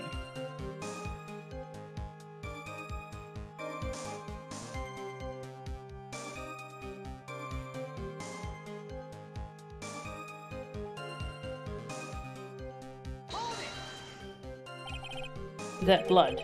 Was it Dahlia Hawthorne's blood? I think so. Probably. Just at that moment, I heard a soft scream that seemed to be close by. It was a woman's voice. So that was when the killer stabbed the victim from behind with the murder weapon. Is that right?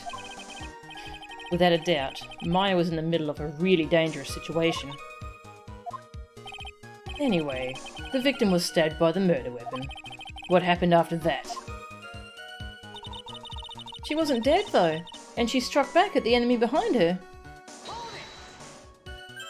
Struck back? How do you know that? Well, you're right.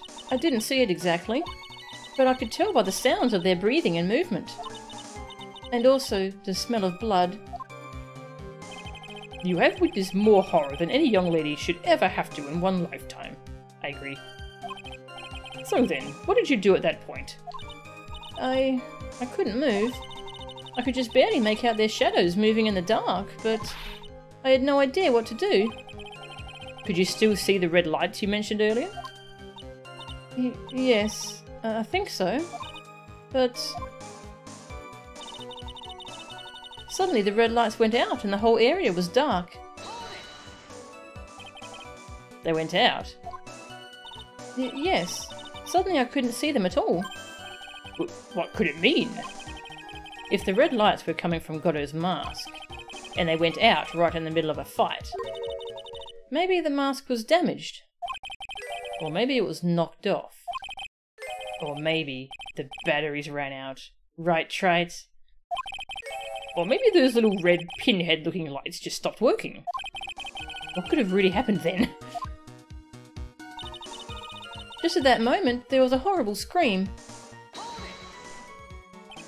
What do you mean by just at that moment? Do you mean the moment when the red lights went out? Yes, that's right. The scream that you heard then, was it Dahlia Hawthorne?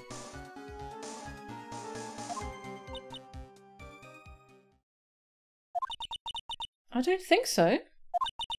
I'm pretty sure it was a man's voice. What? So then, that scream came from the killer? Hints? What do you mean, Alyosha? Sorry, I must have missed what you were referring to. That's gotta be it. I think Dahlia Hawthorne must have taken the blade and attacked the killer with it. And then the killer let out a scream of pain, huh?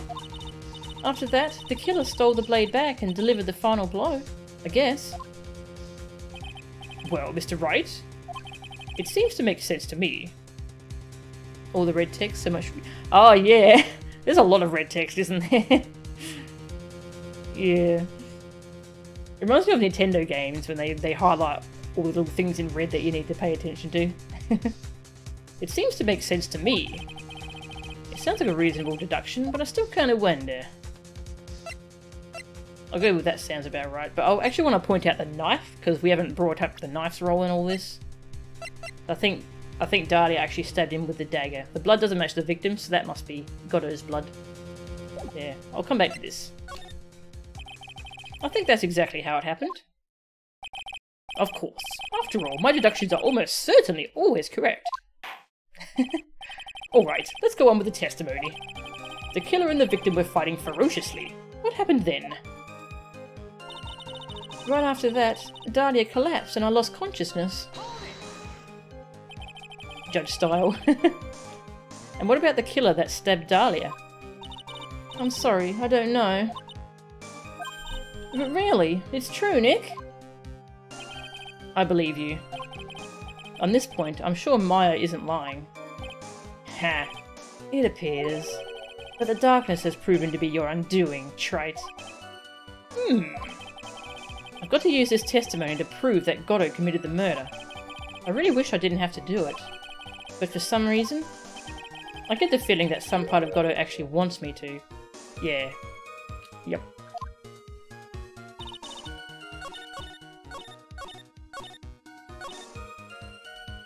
Alright, so we'll go back to this one.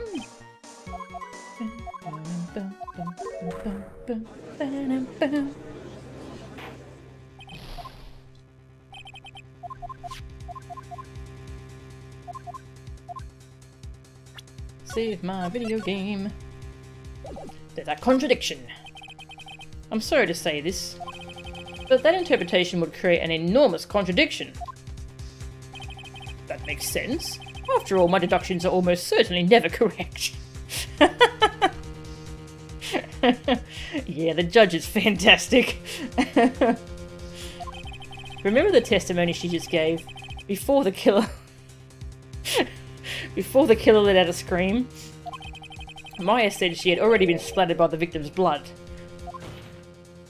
In other words, the blade and the staff had already been plunged into the victim. Ah, is that right?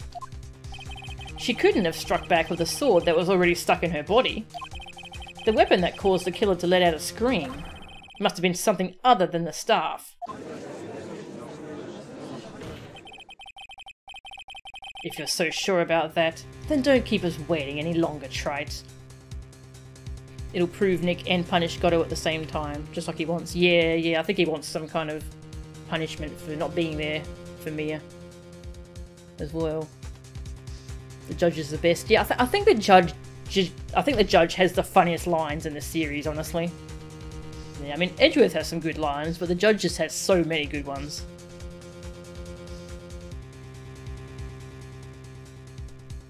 Now, save. There's only one thing I can think of that could have been used as the weapon here. If Dahlia Hawthorne had already been stabbed in the back by the staff, what could she have used to strike back at the killer? My badge. Well, Your Honor, what do you think? To be honest with you, I feel like using my gavel to strike back at you right now. Huh? You're nothing but a joke. I knew you couldn't take it all the way. Oh. I don't know, I think that one should be a bigger penalty. How could I mess up at a time like this? Alright, let's go on with the testimony. The killer and blah blah blah. Loop again.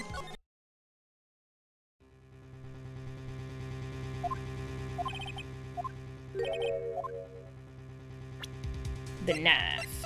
That's where the knife comes in, the dagger. Naturally, the dagger the killer brought to the scene of the crime. Oh, that's right. I forgot about that. This dagger was found at the crime scene, stuck into a pine tree.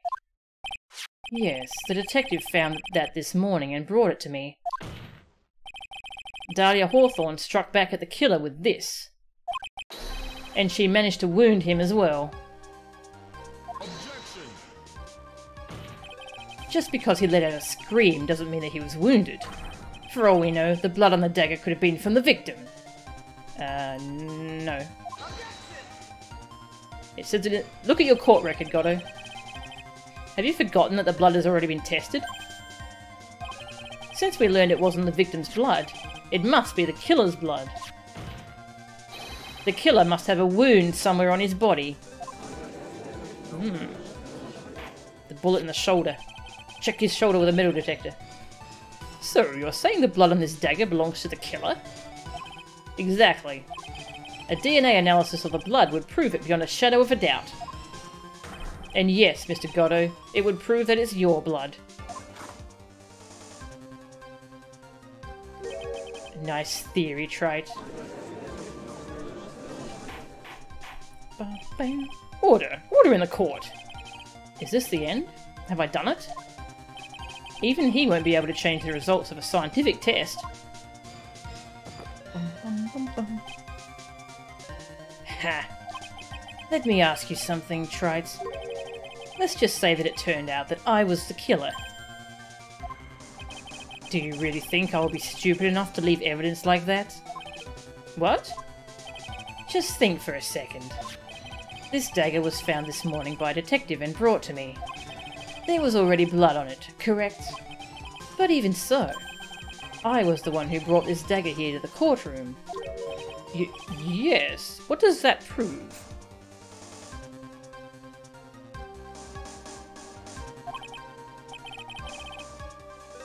Well, if I really were the killer, I could have washed the blade off and then planted another person's blood on it. It can't be.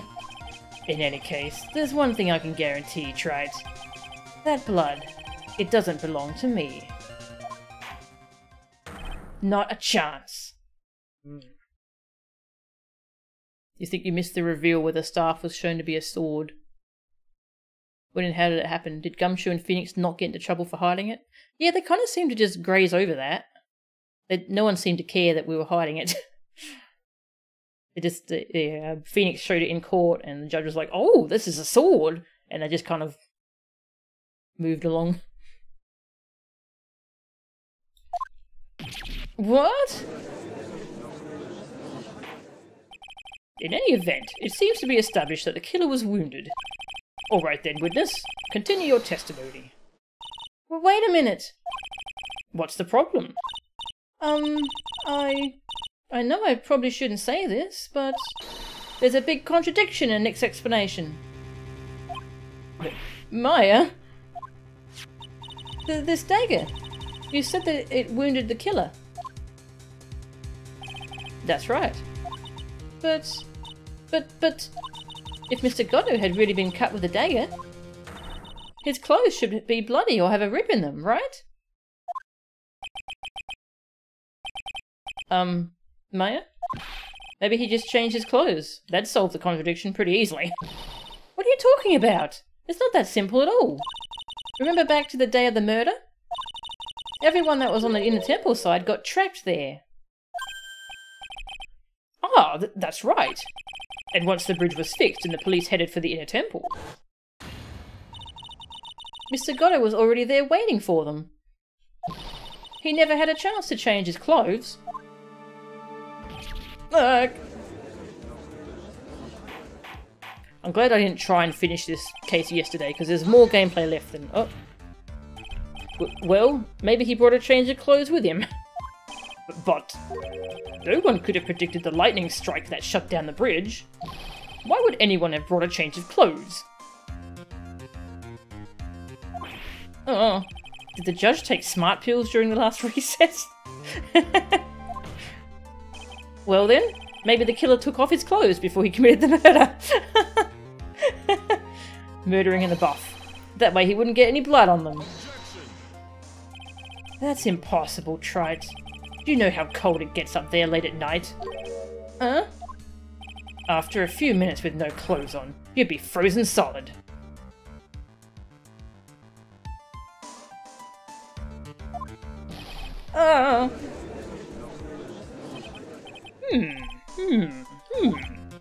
Ha. So that's all you've got. I knew you weren't tough enough to finish this. Ugh. Right now, if Mia Fey were here... she would have closed the book on this case already. If Mia Fey were here... So come on, Trite. Can you do it or not? How about it, Mr. Wright? You've accused Mr. Godot of being the killer. But can you prove it? Have you got even one piece of evidence? The question isn't whether I can prove it or not. The fact is I have to prove it. That's the only choice I have. I was taught that it's one of the rules of being a lawyer.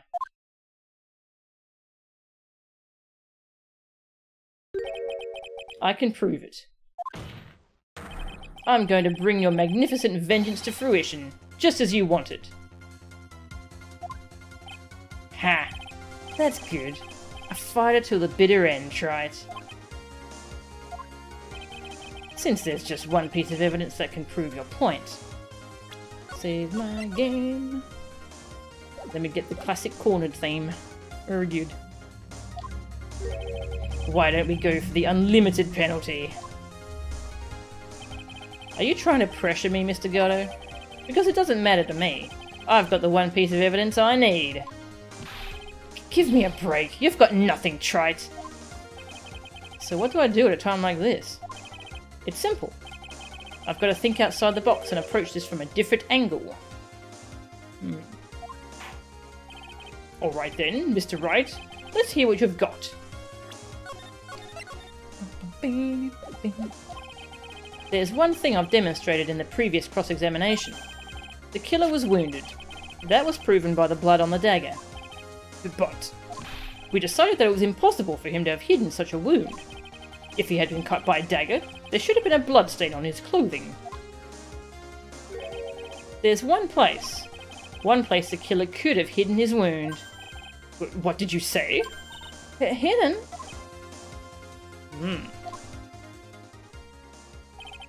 This is it. My last stand. I need to think about this from a different angle. I don't need to think about why there were no bloodstains on his clothing. I need to show how he hid the wound. Ah, thanks, Alyosha. Thank you very much. Cornered his back. You love this musical cue? Yeah, this is fantastic, isn't it? It's so good. It's the end of the line. The final stop, trite. Let's hear what you've got. Where's this location where you say the killer hid his wound? Oh, how do I show it? Because the lights went out, so I'm assuming his mask was knocked off, and so he was hurt on the face. But how do we show that? Do I just present his profile? But me, it probably helped. Ha! I don't know what you're talking about. And frankly, I don't need to know. What I do know is that you'll never be half the lawyer she was. Ouch. I ruined the music. Isn't that right, trite? Well, it looks like you've proven one thing. That you're nothing but a fake. Well, wait a minute. Give me one more chance. I don't think so. A promise is a promise. Ha. It was fun while it lasted. See you later, trite. Rip. Oh, hello, cat. You want food, do you? That's enough. Actually, is it gonna be Maya getting? Oh no, it's Iris. Okay, I was wondering if they would change it to Maya, seeing as she's the one who's on trial at the moment. Hello, cat. She's begging for food. Don't worry, I think we're nearly finished, sweetie. Then I can feed you. And the music's back. Yeah, I'm not too sure how I present what I want to present, but I'm gonna guess I present his profile.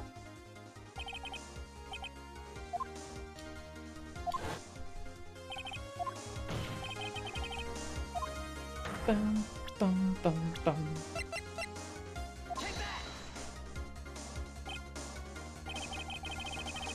Ha! I don't know what you're talking about. And frankly, I don't need to know.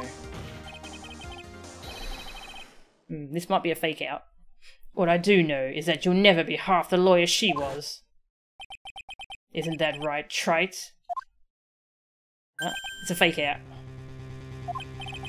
What was that just now? Mia? It can't be. Oh, we're getting his thoughts now. Interesting. You're living on through him? Even as we speak, you're still hiding the wound.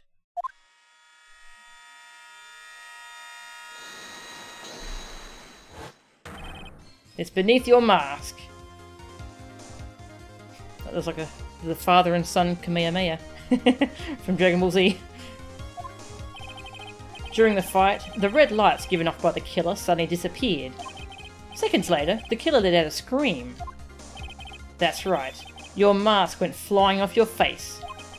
Mr. Godot, would you mind removing your mask? If you have a dagger wound under there somewhere, then I'd say this whole case is solved. So if he has an untreated dagger wound, then he's... I'm assuming he's putting painkillers in his coffee, because ow.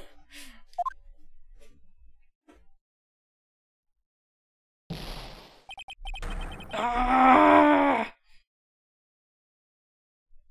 And she's probably already on painkillers if his nerves are all messed up from the poison.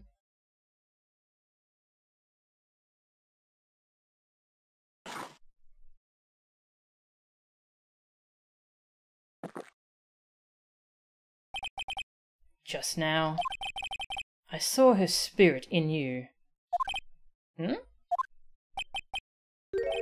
I never liked you. 6 years ago, you helped the woman who put me to sleep by hiding her bottle of poison.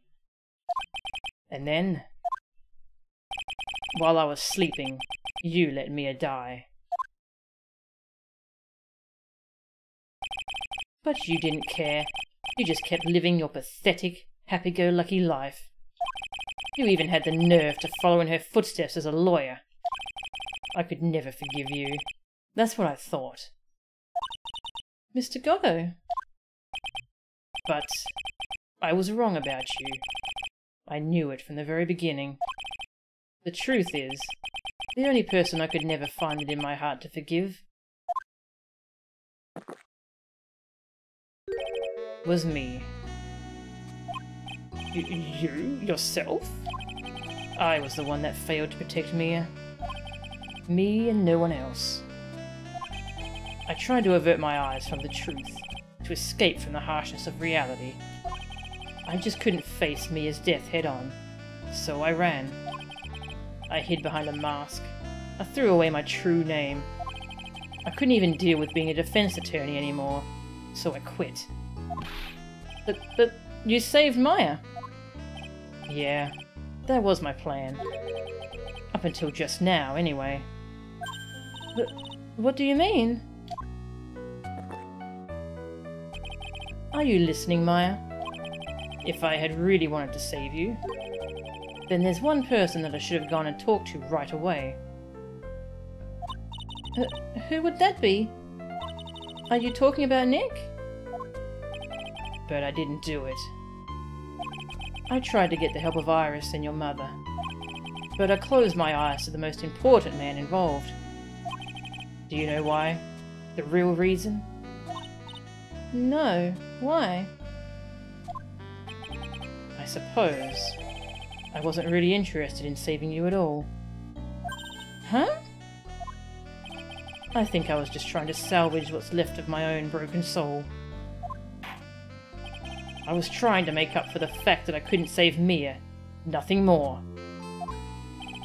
That's why I let you walk right into a situation that I knew was dangerous. Forgive me. You're wrong. You put your life on the line to save Maya. Was it really for Maya's sake? Even I'm not really sure. Yeah, I mean, if he'd just told Phoenix, hey, you all shouldn't go to that temple, none of that would have happened. Yeah, actually.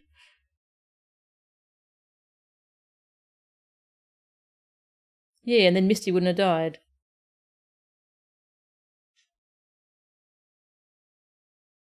The whole ending is somewhat ruined by what happens to Nick before AA4. Yeah, I wonder if it was a different writing team that took over there, maybe. This is way better than the Cell fight. Actually, yeah, I do like this more than DBZ, in general. Although I do like DBZ. What do you mean by that? That night, in the darkness of the garden, when I saw her silhouette,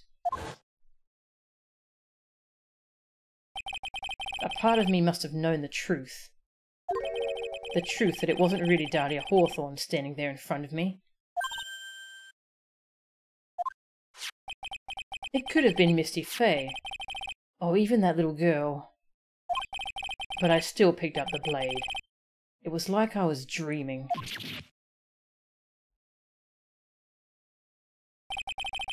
I'm not sure exactly what was going on in my mind at that point. Was I really motivated by the pure desire to protect Maya Faye? Or was it something else?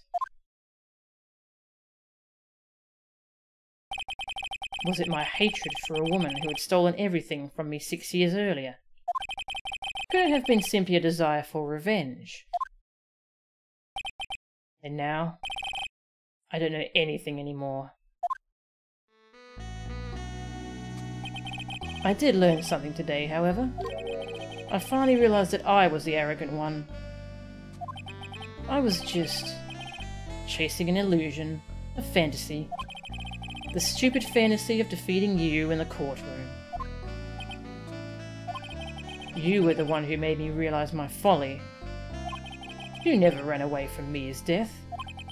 Instead, you picked up where she left off, as a true defender of the people.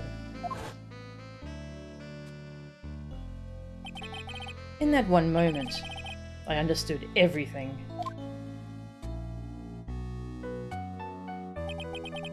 Mr. Godot.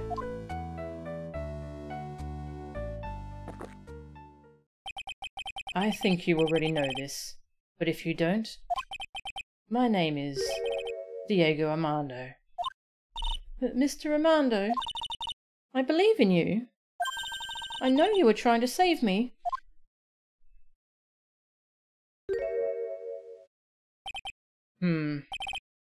Thanks. Your wound. It's bleeding. Ha! Did you forget already? In my world, the colour red doesn't exist. These must be my tears. Tears? Ever since I woke up from my coma, I think I've been waiting for this very moment. Mr. Armando, you'd do well to remember this, Maya. The only time a lawyer can cry is when it's all over.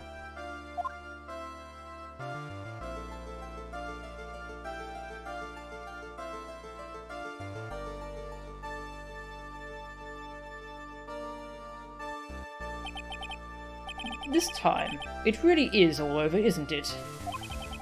Defendant? Yes, Your Honor? Although you weren't directly involved in the murder, tampering with the body and the crime scene is a serious offence in itself. I understand, Your Honor. Mr. Armando explained that to me very carefully. I knew the risk and I willingly cooperated anyway. Very well. Before I hand down my verdict, is there anything you'd like to say? Well, there is one thing. I'd like to say something to Mr. Wright. I want to apologise to you. Apologise? To me? For what? For the case 5 years ago, of course.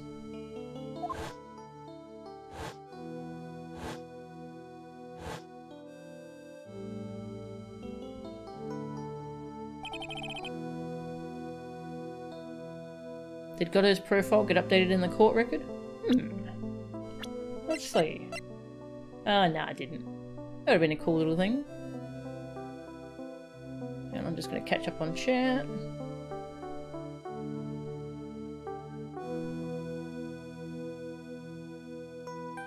It's amazing how calm and composed people in this case are, seeing their long-lost loved ones.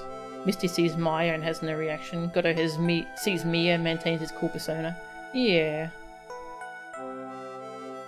Godot is just one desperately messed up person who badly needs help will never accept. Yeah. Finally the judge can go to get lunch. Yes. I just remembered. Weren't you poisoned by your own lover? Not exactly, but yeah, something like that. Even now, 5 years later, I can hardly believe it. She was going to do it. She was planning to kill me. It's not all that surprising. The two of you hardly knew each other. Huh? What do you mean? You and my sister. You only met twice. Huh? But we only met twice? The first time you met was on that fateful day. The day she poisoned Mr. Armando in the cafeteria of this very courthouse. The next time you met her was 8 months later. You met her again on the day that she stole your cold medicine. and Doug Swallow was killed. No way! It can't be true. I mean, during our whole relationship, we were... For those 8 months? The woman that you thought was Dahlia Hawthorne wasn't actually my sister. Huh? It wasn't Dahlia. I hope one day you can forgive me, Feeny. You mean... That's right. I lied to you. For 8 months. Oh, he was dating her. But why? Why would you do such a thing? Ever since she gave you the bottle that day, my sister was trying to get it back as soon as she possibly could. Because of the police investigation and their surveillance, she couldn't move about freely. So that's why you... My sister... From the beginning, she was prepared for the worst. Prepared for the worst? She thought that you might somehow discover the truth. That's why she was always ready to deal with you at a moment's notice. You mean she was ready to kill me, don't you? She already had so much to answer for. I didn't want any more sins on her soul. I begged her not to do it, and she agreed to give me a chance. And that's why you came to me? You came to get the bottle pendant back from me in her place. But I couldn't get you to give it back. I still think it's funny that he would just refuse to give it back. I failed at something even as simple as that. 8 months passed and I still couldn't get it back from you. Finally, my sister couldn't wait any longer. She didn't consult me about her plans for you that day. It was the first time that had ever happened. That was a bit strange, wasn't it? Up until that day, you two were partners in crime, and she would confer with you. I think she must have noticed. Huh? Noticed what? My feelings for you. If I had found out she was planning to kill you, I would have done whatever was necessary to stop her. Even if it meant her life, or mine. Iris. After spending those 8 months by your side, my feelings towards you, they changed. I have something to say to you, too. Yes? You really are the person I always thought you were. Even after Dahlia Hawthorne was found guilty, I still believed in you.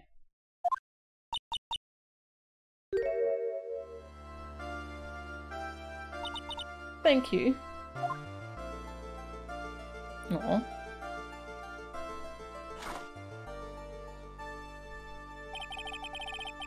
How many cups of darkness have I drank over the years? Even I don't know. Oh, by the way, Godot's still here.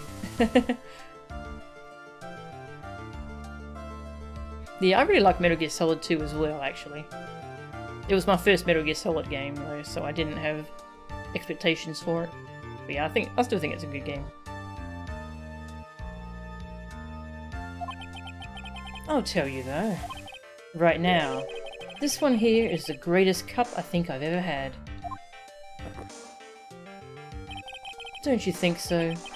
Phoenix Wright. Called him Phoenix Wright. Wow. Oh, he's got coffee as well. Yeah, I think you're right. The purpose of this trial was to rule on the murder of the victim, Elise Downham. At some point, I expect you will be tried for your role as an accomplice in this case. I understand, Your Honor. Very well. On the charge of murder, I hereby find the defendant not guilty! Woo! Court is now adjourned. Yeah, I've heard there's a bunch of content that was cut from the ending. Whew. It's nearly 5 PM. I guess they skipped lunch in this story. There was a 5th member of Dead Cell. Oh, I didn't know that. I play Metal Gear, stream it. I think it's kind of the only game of that that type I've played, and I'm pretty bad at it. I played it ages ago too. Hello, cat.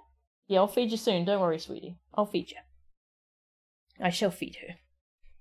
Also, I wanted to point out something about what Godot said, about how he talked to Iris and he talked to Misty Faye, but he didn't talk to the most important person involved.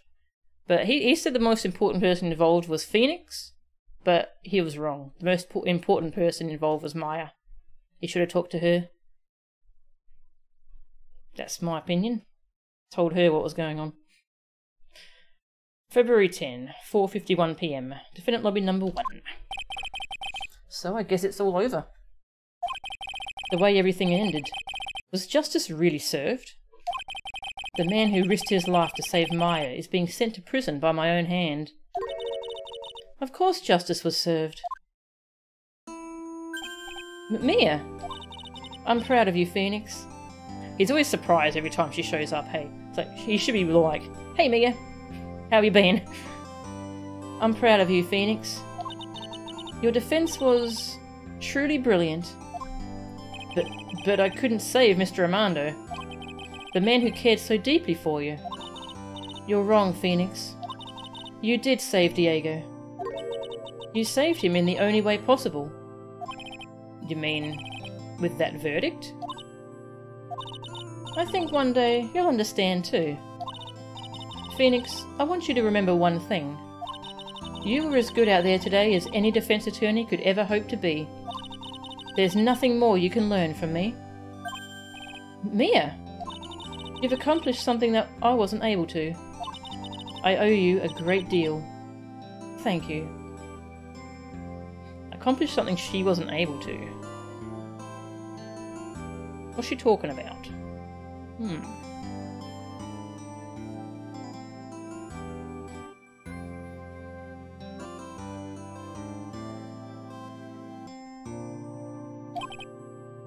Mia? I'm sure we'll meet again. Someday, Phoenix. I've handled lots of cases and seen a lot of things. And along this journey, I found myself asking just one question. What does it really mean to defend someone? I suppose today's case produced one possible answer.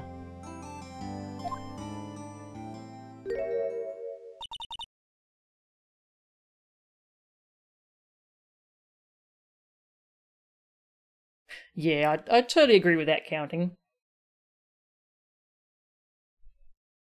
It's definitely got some issues. Yeah, I hate that character that you mentioned.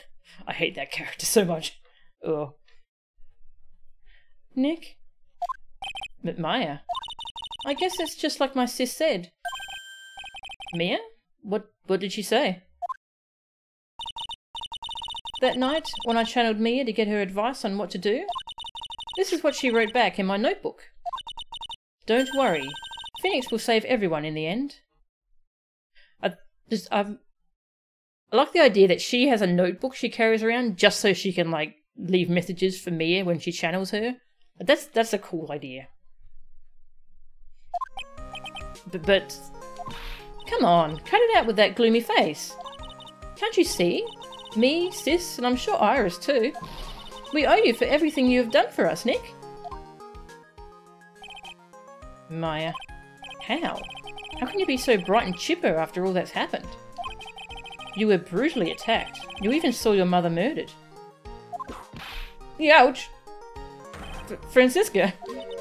Still as softy as always, Phoenix Wright. Excellent work, Wright. Huh? Mr. Edgeworth? When did you get back? Oh, that's right. I guess no one filled her in on that. Edgeworth and Francisca have actually been helping me. Helping you? If these two hadn't been here on the first day of the trial, the defense wouldn't have gotten anywhere. Wow. But where were you, Nick? I heard he fell into a river and caught a nasty cold, which forced him to sleep all day. Yes, he laid in bed shivering from his fever with Iris's hood pulled over his head.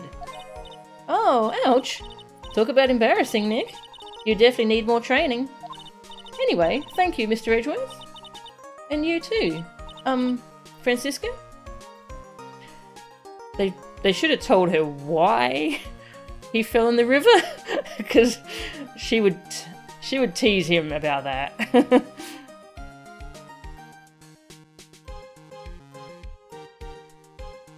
Is Iris going to jail for messing with the crime scene and body? Probably. Probably got a specific sentence to carry out, I would think. Nick is scared of heights, cut him some slack. Oh yeah, that's true. I forgot about that. Sorry, Nick. I don't suppose. Oh my god. Get out of here. There's room for me in this group hug, is there? Get out of here! Get out of here! Oh, Larry. What's with the, longer than usual face? I realised something when I was reborn. I realised that Larry was never of any use to anyone. Not even once. That's not true. Right, Nick? What? You're asking me? Well, Nick, is it true? I've got a place in this world, right? Oh, am I gonna have to show him some evidence? Huh? Oh, yeah, of course. I knew it. Everyone would be better off if I were gone for good. Aw. I didn't mean that, Larry. No. Oh yeah. Those portraits you painted. They were really good. Isn't that right, Edgeworth? What? Me? Why are you making that face, huh, Edgy? Oh, well, yes, indeed. I certainly can't say that they lack resemblance. Do you really mean it? What about you, Francie? Did I draw you well too? Ah! My beauty can't possibly be captured by a mere crayon. Nevertheless, I recognise the effort you put into it, and that's worth something. Aww. Francie's great. So then you'll do it, like you promised? You're going to model for my next picture book, Francie's Whipply Whip Trick. Ah! Don't get carried away.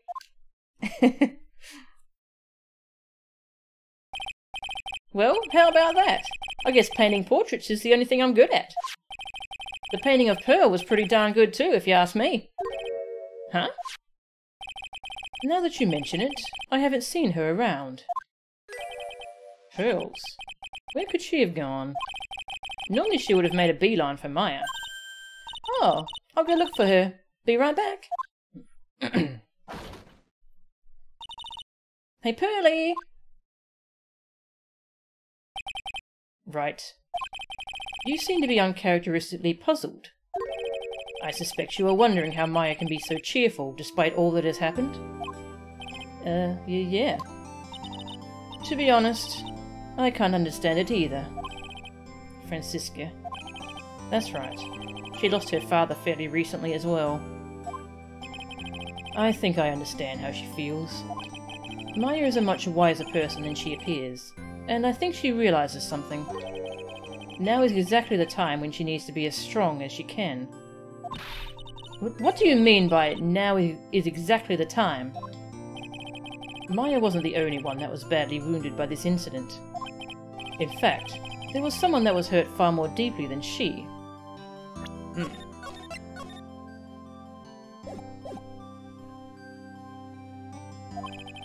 I believe it's for that person that Maya is trying her best not to cry. Someone who was hurt more deeply than Maya. Edgeworth, I think I'm starting to understand too. Oh! Then tell me, Phoenix Wright, who is Maya Fey being strong for? I thought it was Phoenix, but I don't have his profile to present. Okay. I thought it was Phoenix. Yeah, I guess it's Pearls then. But maybe it's my badge. Why did you just show me that, Phoenix Wright? I have no idea what purpose this is supposed to serve. Huh? Yeah. Well, don't worry, Wright. I'm not certain that my guess is entirely correct either. Only Maya can really say what the truth is inside her heart. It looks like I still have a lot to learn about Maya. Oh, just as I thought. You have a lot to learn about women, Phoenix Wright. Alright. Yes, I guess it's pearls then.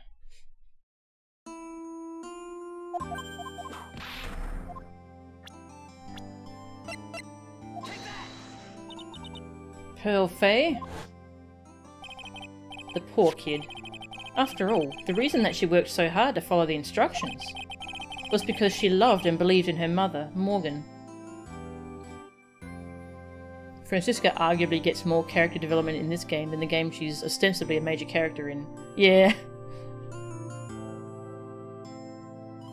Yeah, her character arc only just like started like right at the end of the second game, when you see her talking with Edgeworth.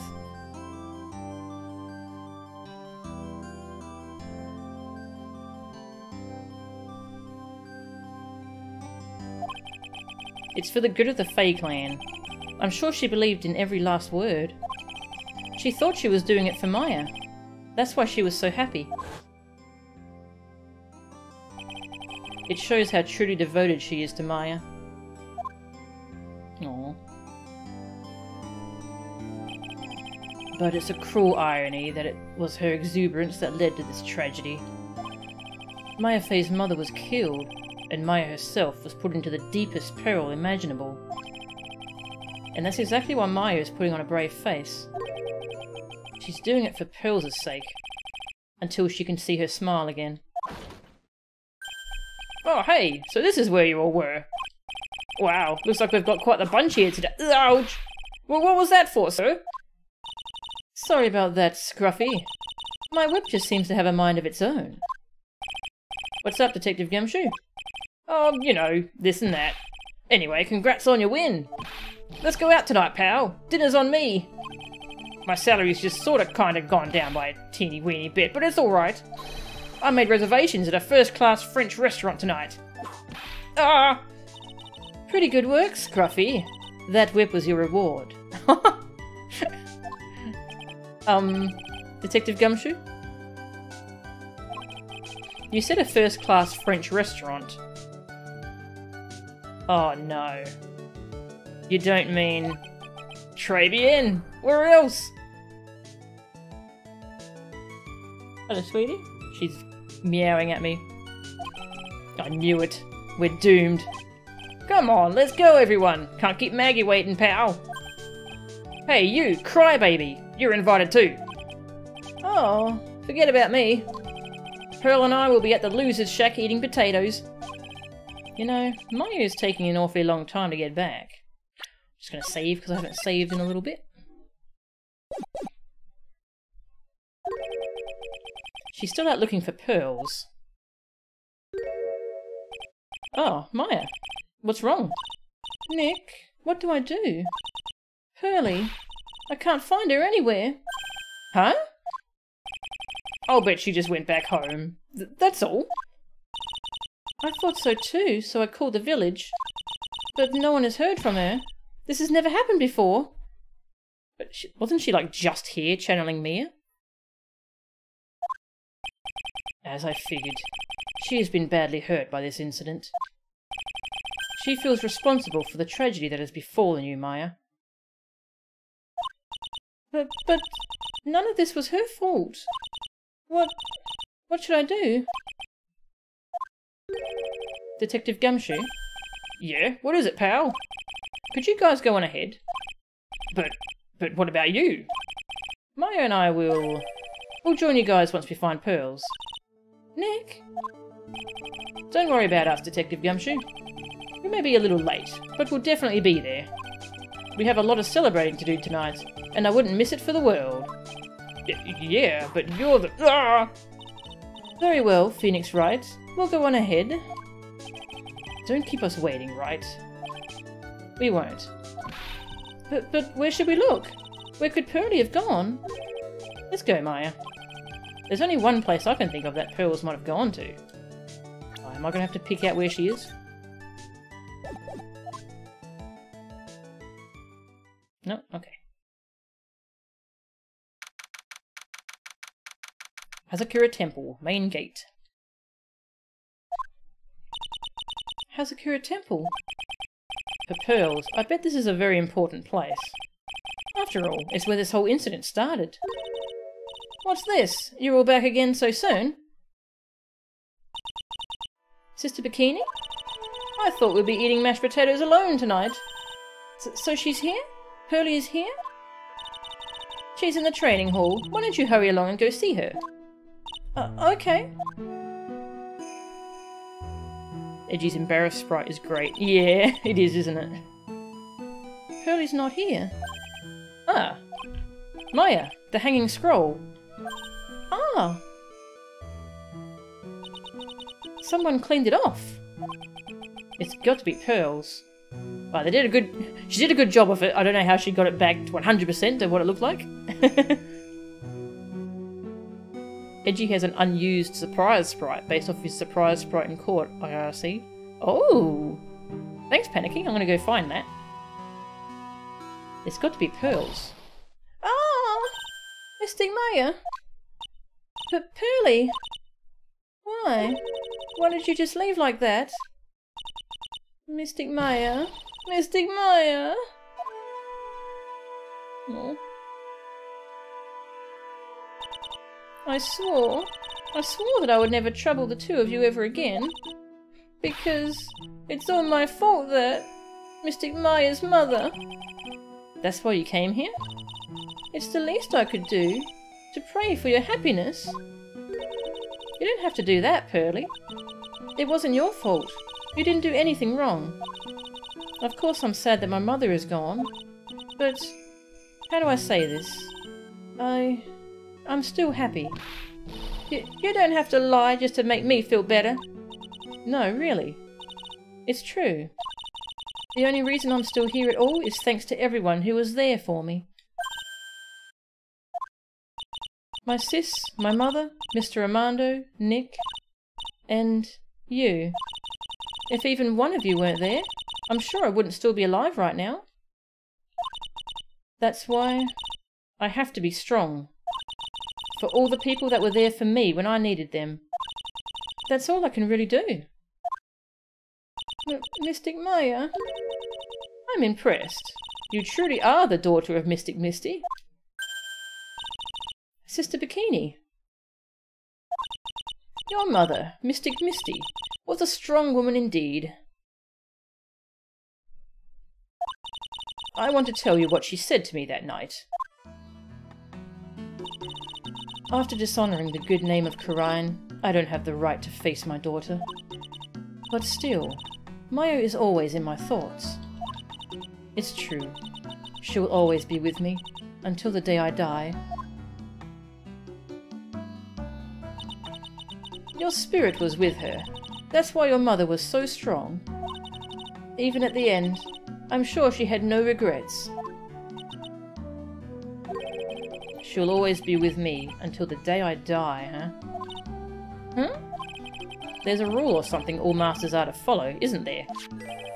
To never take the charm off until the day you die. That's the master's talisman. The thing that Misty kept by her heart and would never take off. It wasn't the container that was important. Rather, it was the contents. That's... a photo? Oh. Mother. It's only natural for living creatures to fight to protect their own lives. But what makes us human is that we fight for others. But who do you fight for? How hard must you fight? That's the true measure of what human life is worth. We defense attorneys are warriors who are constantly challenged by that question. Aww. Aww, that's adorable. Even when the battle is over and the bonds that connect us are severed, we always return, time and time again.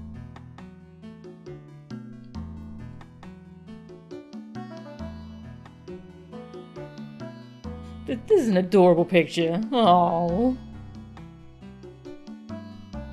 Now the original series is over. I must say Franny x Adrian is your favourite ship ever. Ah, yeah, that's a cute ship. I like that one. We always return, time and time again. Mia, Maya, Pearls, Mr. Armando. And Maya's mother, too. I learned that from all of them. Oh, it's so good! Well, shall we get going? Everyone is waiting. Ah. This is a day to remember. A day when a lot of things were finally put to rest. I think we should celebrate what we've overcome today. But I still can't. Oh, go on, sweetie. You can come back for training anytime. Okay. Alright, I'm going to make a brand new start too. Sister Bikini, I'll be back for more training, I promise. I know, and I won't go easy on you just because you're the future master. I'll make sure to prepare reservations for 3 when you come back. Alright, we're going to have a great feast today, Pearly. You know why? Because training is a battle of endurance. Okay, Mystic Maya. I'll eat lots and lots of food tonight. You know, there's one thing I don't get, and probably don't want to, but... What is it, Nick?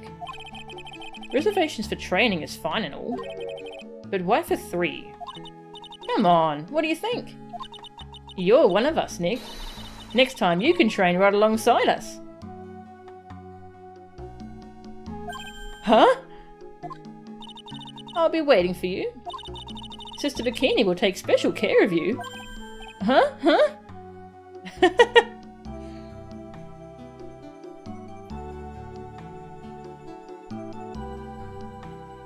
Oh, really? Is it canon? Okay.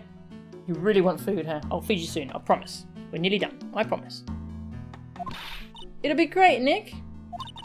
We're going to do the special course, naturally. Huh? That's a great idea. After all, Mr. Nick, you'd do anything for Mystic Maya, wouldn't you? Even walk on hot coals, right?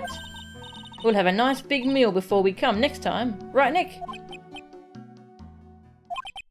You know, I was wondering if I can say just one little thing. Sure, of course you can. Oh, I love this part. I can't wait to hear it. I'm getting goosebumps too. Well then, here goes nothing. There it is.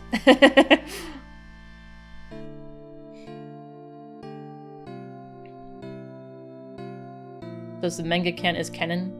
I don't know. I'll really have to work extra hard now. Master of Quran and the office manager of Wright & Co. Law Offices. And I have to be a good big sister to Pearly and Nick too. Well, as long as I'm not locked up or captured or something like that. Aw. Poor Maya.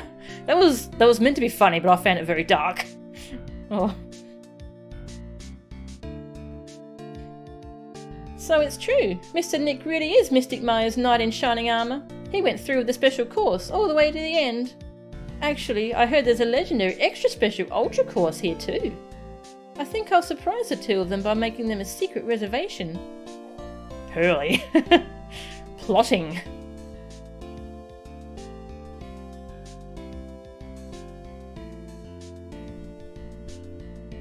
Maggie brought me a brand new coat as a present, pal.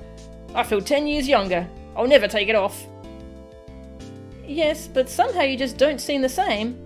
I guess a dirty, shabby old overcoat is just more detective-like, sir. Don't worry about it. In the name of love, a man will soil himself silly. Oh my god. Jesus. Mr. Wright, I am once again in your debt. Thanks to you, the Treasures of Quran exhibit was a great success. I even got to see Miss Von Karma, who I hadn't seen for almost a year. She taught me how to use a whip, and said that I must show you what I've learned. Oh.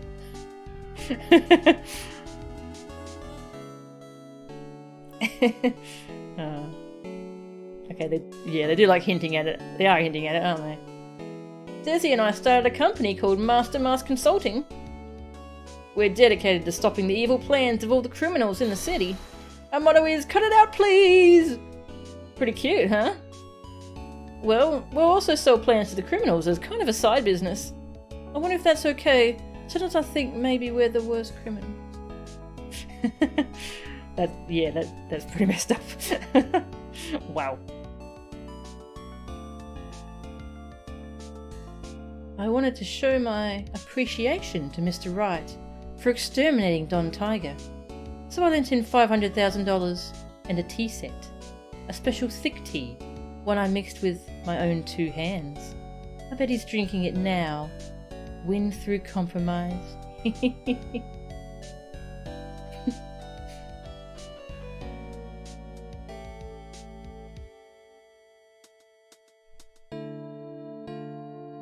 I'm just old and in the way, a wrinkly, grumpy, clown-nosed waste of flesh. At least that's what I thought. But my grandkids had a birthday party for me the other day. Talk about embarrassing. 69 years old and I cried like a baby with a dirty diaper. I never want to see him say the word 69. Number 69. As usual, we have an abundance of work to do. We've hired a new programmer to replace Glenn Elk.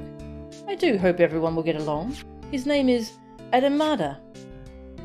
As soon as I heard his name, I knew our brain circuits would align perfectly. Very good.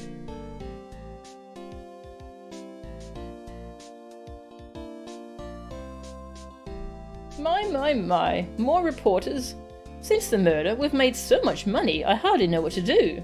I think the magazines like us because I provide such a nice visual, especially in spring. I can hardly wait for Iris to come back. Is Armstrong going to be in the credits? Please let me in the credits.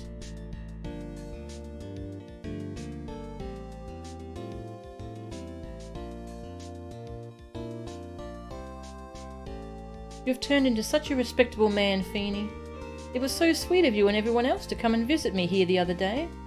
Of course I was happy that you constantly had your eyes on me, but I felt kind of bad when the little one slapped you so hard you got a nosebleed.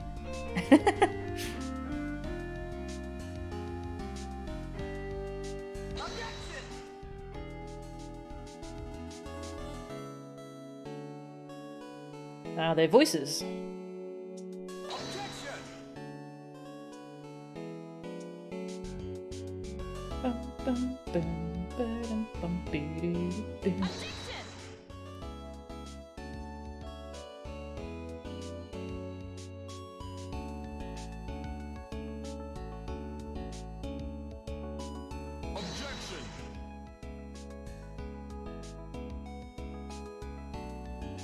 Cool, they're giving the voice actors a shout out here.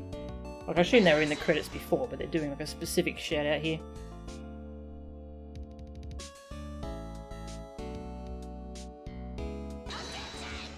There's a hair flick. Oh, hey Payne. I forgot you existed. Case 2-3 greater than case 3-3. Yeah, I like 2-3 better as well. Oh, Wendy's back. What's this? I'm back from a long and tiring vacation as no one is here to greet me. I guess while I was gone, my little whippersnapper buddy quit, and now I've got no one. And what kind of lonely, crazy security room is this supposed to be? Anyway, what with all the flashing lights and switches, I feel like some sort of space alien. And now what am I going to do with all these macadamia nuts I brought back for everyone? If I hand them over to Edgy Poo, I know exactly what he'd say. I really can't accept these, I'm afraid, or something. Oh, when will I ever find a gentleman who would treat me like... Shooting with a ray gun.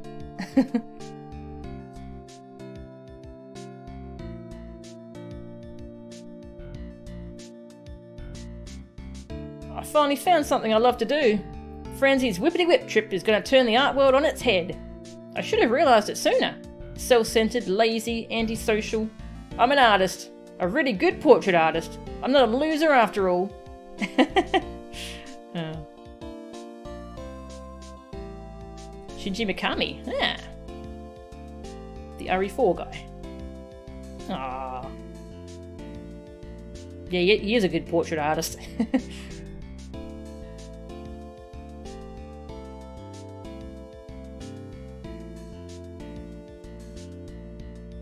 Oh, so was Edgeworth smiling? Oh my god.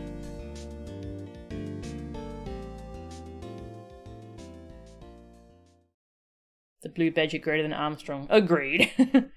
Achievements unlocked. The achievement for beating Case 3-5 and the achievement for beating the trilogy. Nice, and we didn't have to see Armstrong again. Woohoo! We did it! We finished the whole trilogy. That was fun. Yeah, that game holds up pretty well, I think. That was my favourite tutorial case of the series, because it was actually like pretty key to the characters and their development. Case 3-1. 3-2 was fun. I enjoyed all the Master Mask stuff. Edgeworth learns how to smile between AA2 and 3. Yeah, apparently. Less said about that case, the better. 3-4 was really good, and 3-5 was really good. Apart from 3-4, this game was really solid. I like the overall theme over the whole game. How Dahlia had something to do with most of these cases. Yeah, this game had a good overall arc, I think. Really good trilogy. Very nice. Yeah. So the next Ace Attorney game I'll be streaming will be Ace Attorney Investigations, the first Edgeworth game. But I'll take a break and play other games before that. Rest my voice a bit. Okay, what is the time? I didn't expect that to take so long. Anyway, I think I can start playing Ori. I probably can't play it very long, but we can start playing it. Thanks, Counting. I forgot how I voiced Master Mask, actually. Please feed Cleo, yeah. I'll feed her. So I'll take a break, get some more water and feed the cat, and when I come back, we're gonna swap over to Ori and the Blind Forest, and I'm gonna start playing that. So that ought to be fun. I'll start a new VOD for that one, so if you're watching on YouTube, then I'll put a link in the description to the next VOD. So thanks for watching. Okay, I've just started a new VOD, so this is going to be Ori and the Blind Forest. But first, it's a break time. And I guess we'll put on some Ace Attorney music, because that's what I've got queued up. There's a little goodbye to the trilogy. Oh yeah, I was going to show her on camera, actually. Hang on. I'll just go see if I can actually get her to come on camera, and then I can show her. Alright, hang on. I'll be back. I'll go see if I can get her. I called for her and she scampered down the hallway. Alright, hang on. Hello, sweetie. I've got her. I wanted to pick her up, but I need her to be on the table before I can pick her up. Hold still, baby. Hold still, sweetie. Hello, sweetie. You love this, don't you? Yes, you do. You love cuddles. You love being picked up. You hate it completely. You hate it. You hate it so much. Oh, she growled at me. She's not very scary. Okay, I'll feed you. Okay, sweetie? Mwah. Alright, I'll feed you. I got clawed. I deserved it. Alright. Actual break time now.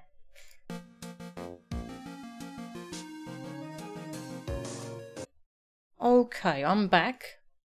I'm sorry, do you mind if I... Oop, this webcam is... There we go. I moved it for Cleo. Do you mind if I end the stream now? Steve has offered KFC for dinner, and... Well, it's actually 7 PM already. So if I kept streaming, I'd only be able to play Ori for like half an hour anyway. So maybe I should just start that tomorrow, or next time I stream, and just have a whole stream dedicated to it. Yeah, so do you all mind if I finish up the stream? It's fine, no one can resist KFC. Never say no to food. Yeah, I'm gonna go with him and check the food before, because we usually use a drive-through. I'm gonna go with him and check the food, because they have messed up every order in the past, like, 10 orders. They've been terrible lately. Will Cat be an AA3's VOD? Yeah, I'll append this section to the AA3 VOD. Better do a whole stream, yeah, because I feel like the intro of the game will probably like just be getting into the game and then we'll be ending the stream anyway. Yeah, alright. Cool, thank you all very much for your understanding.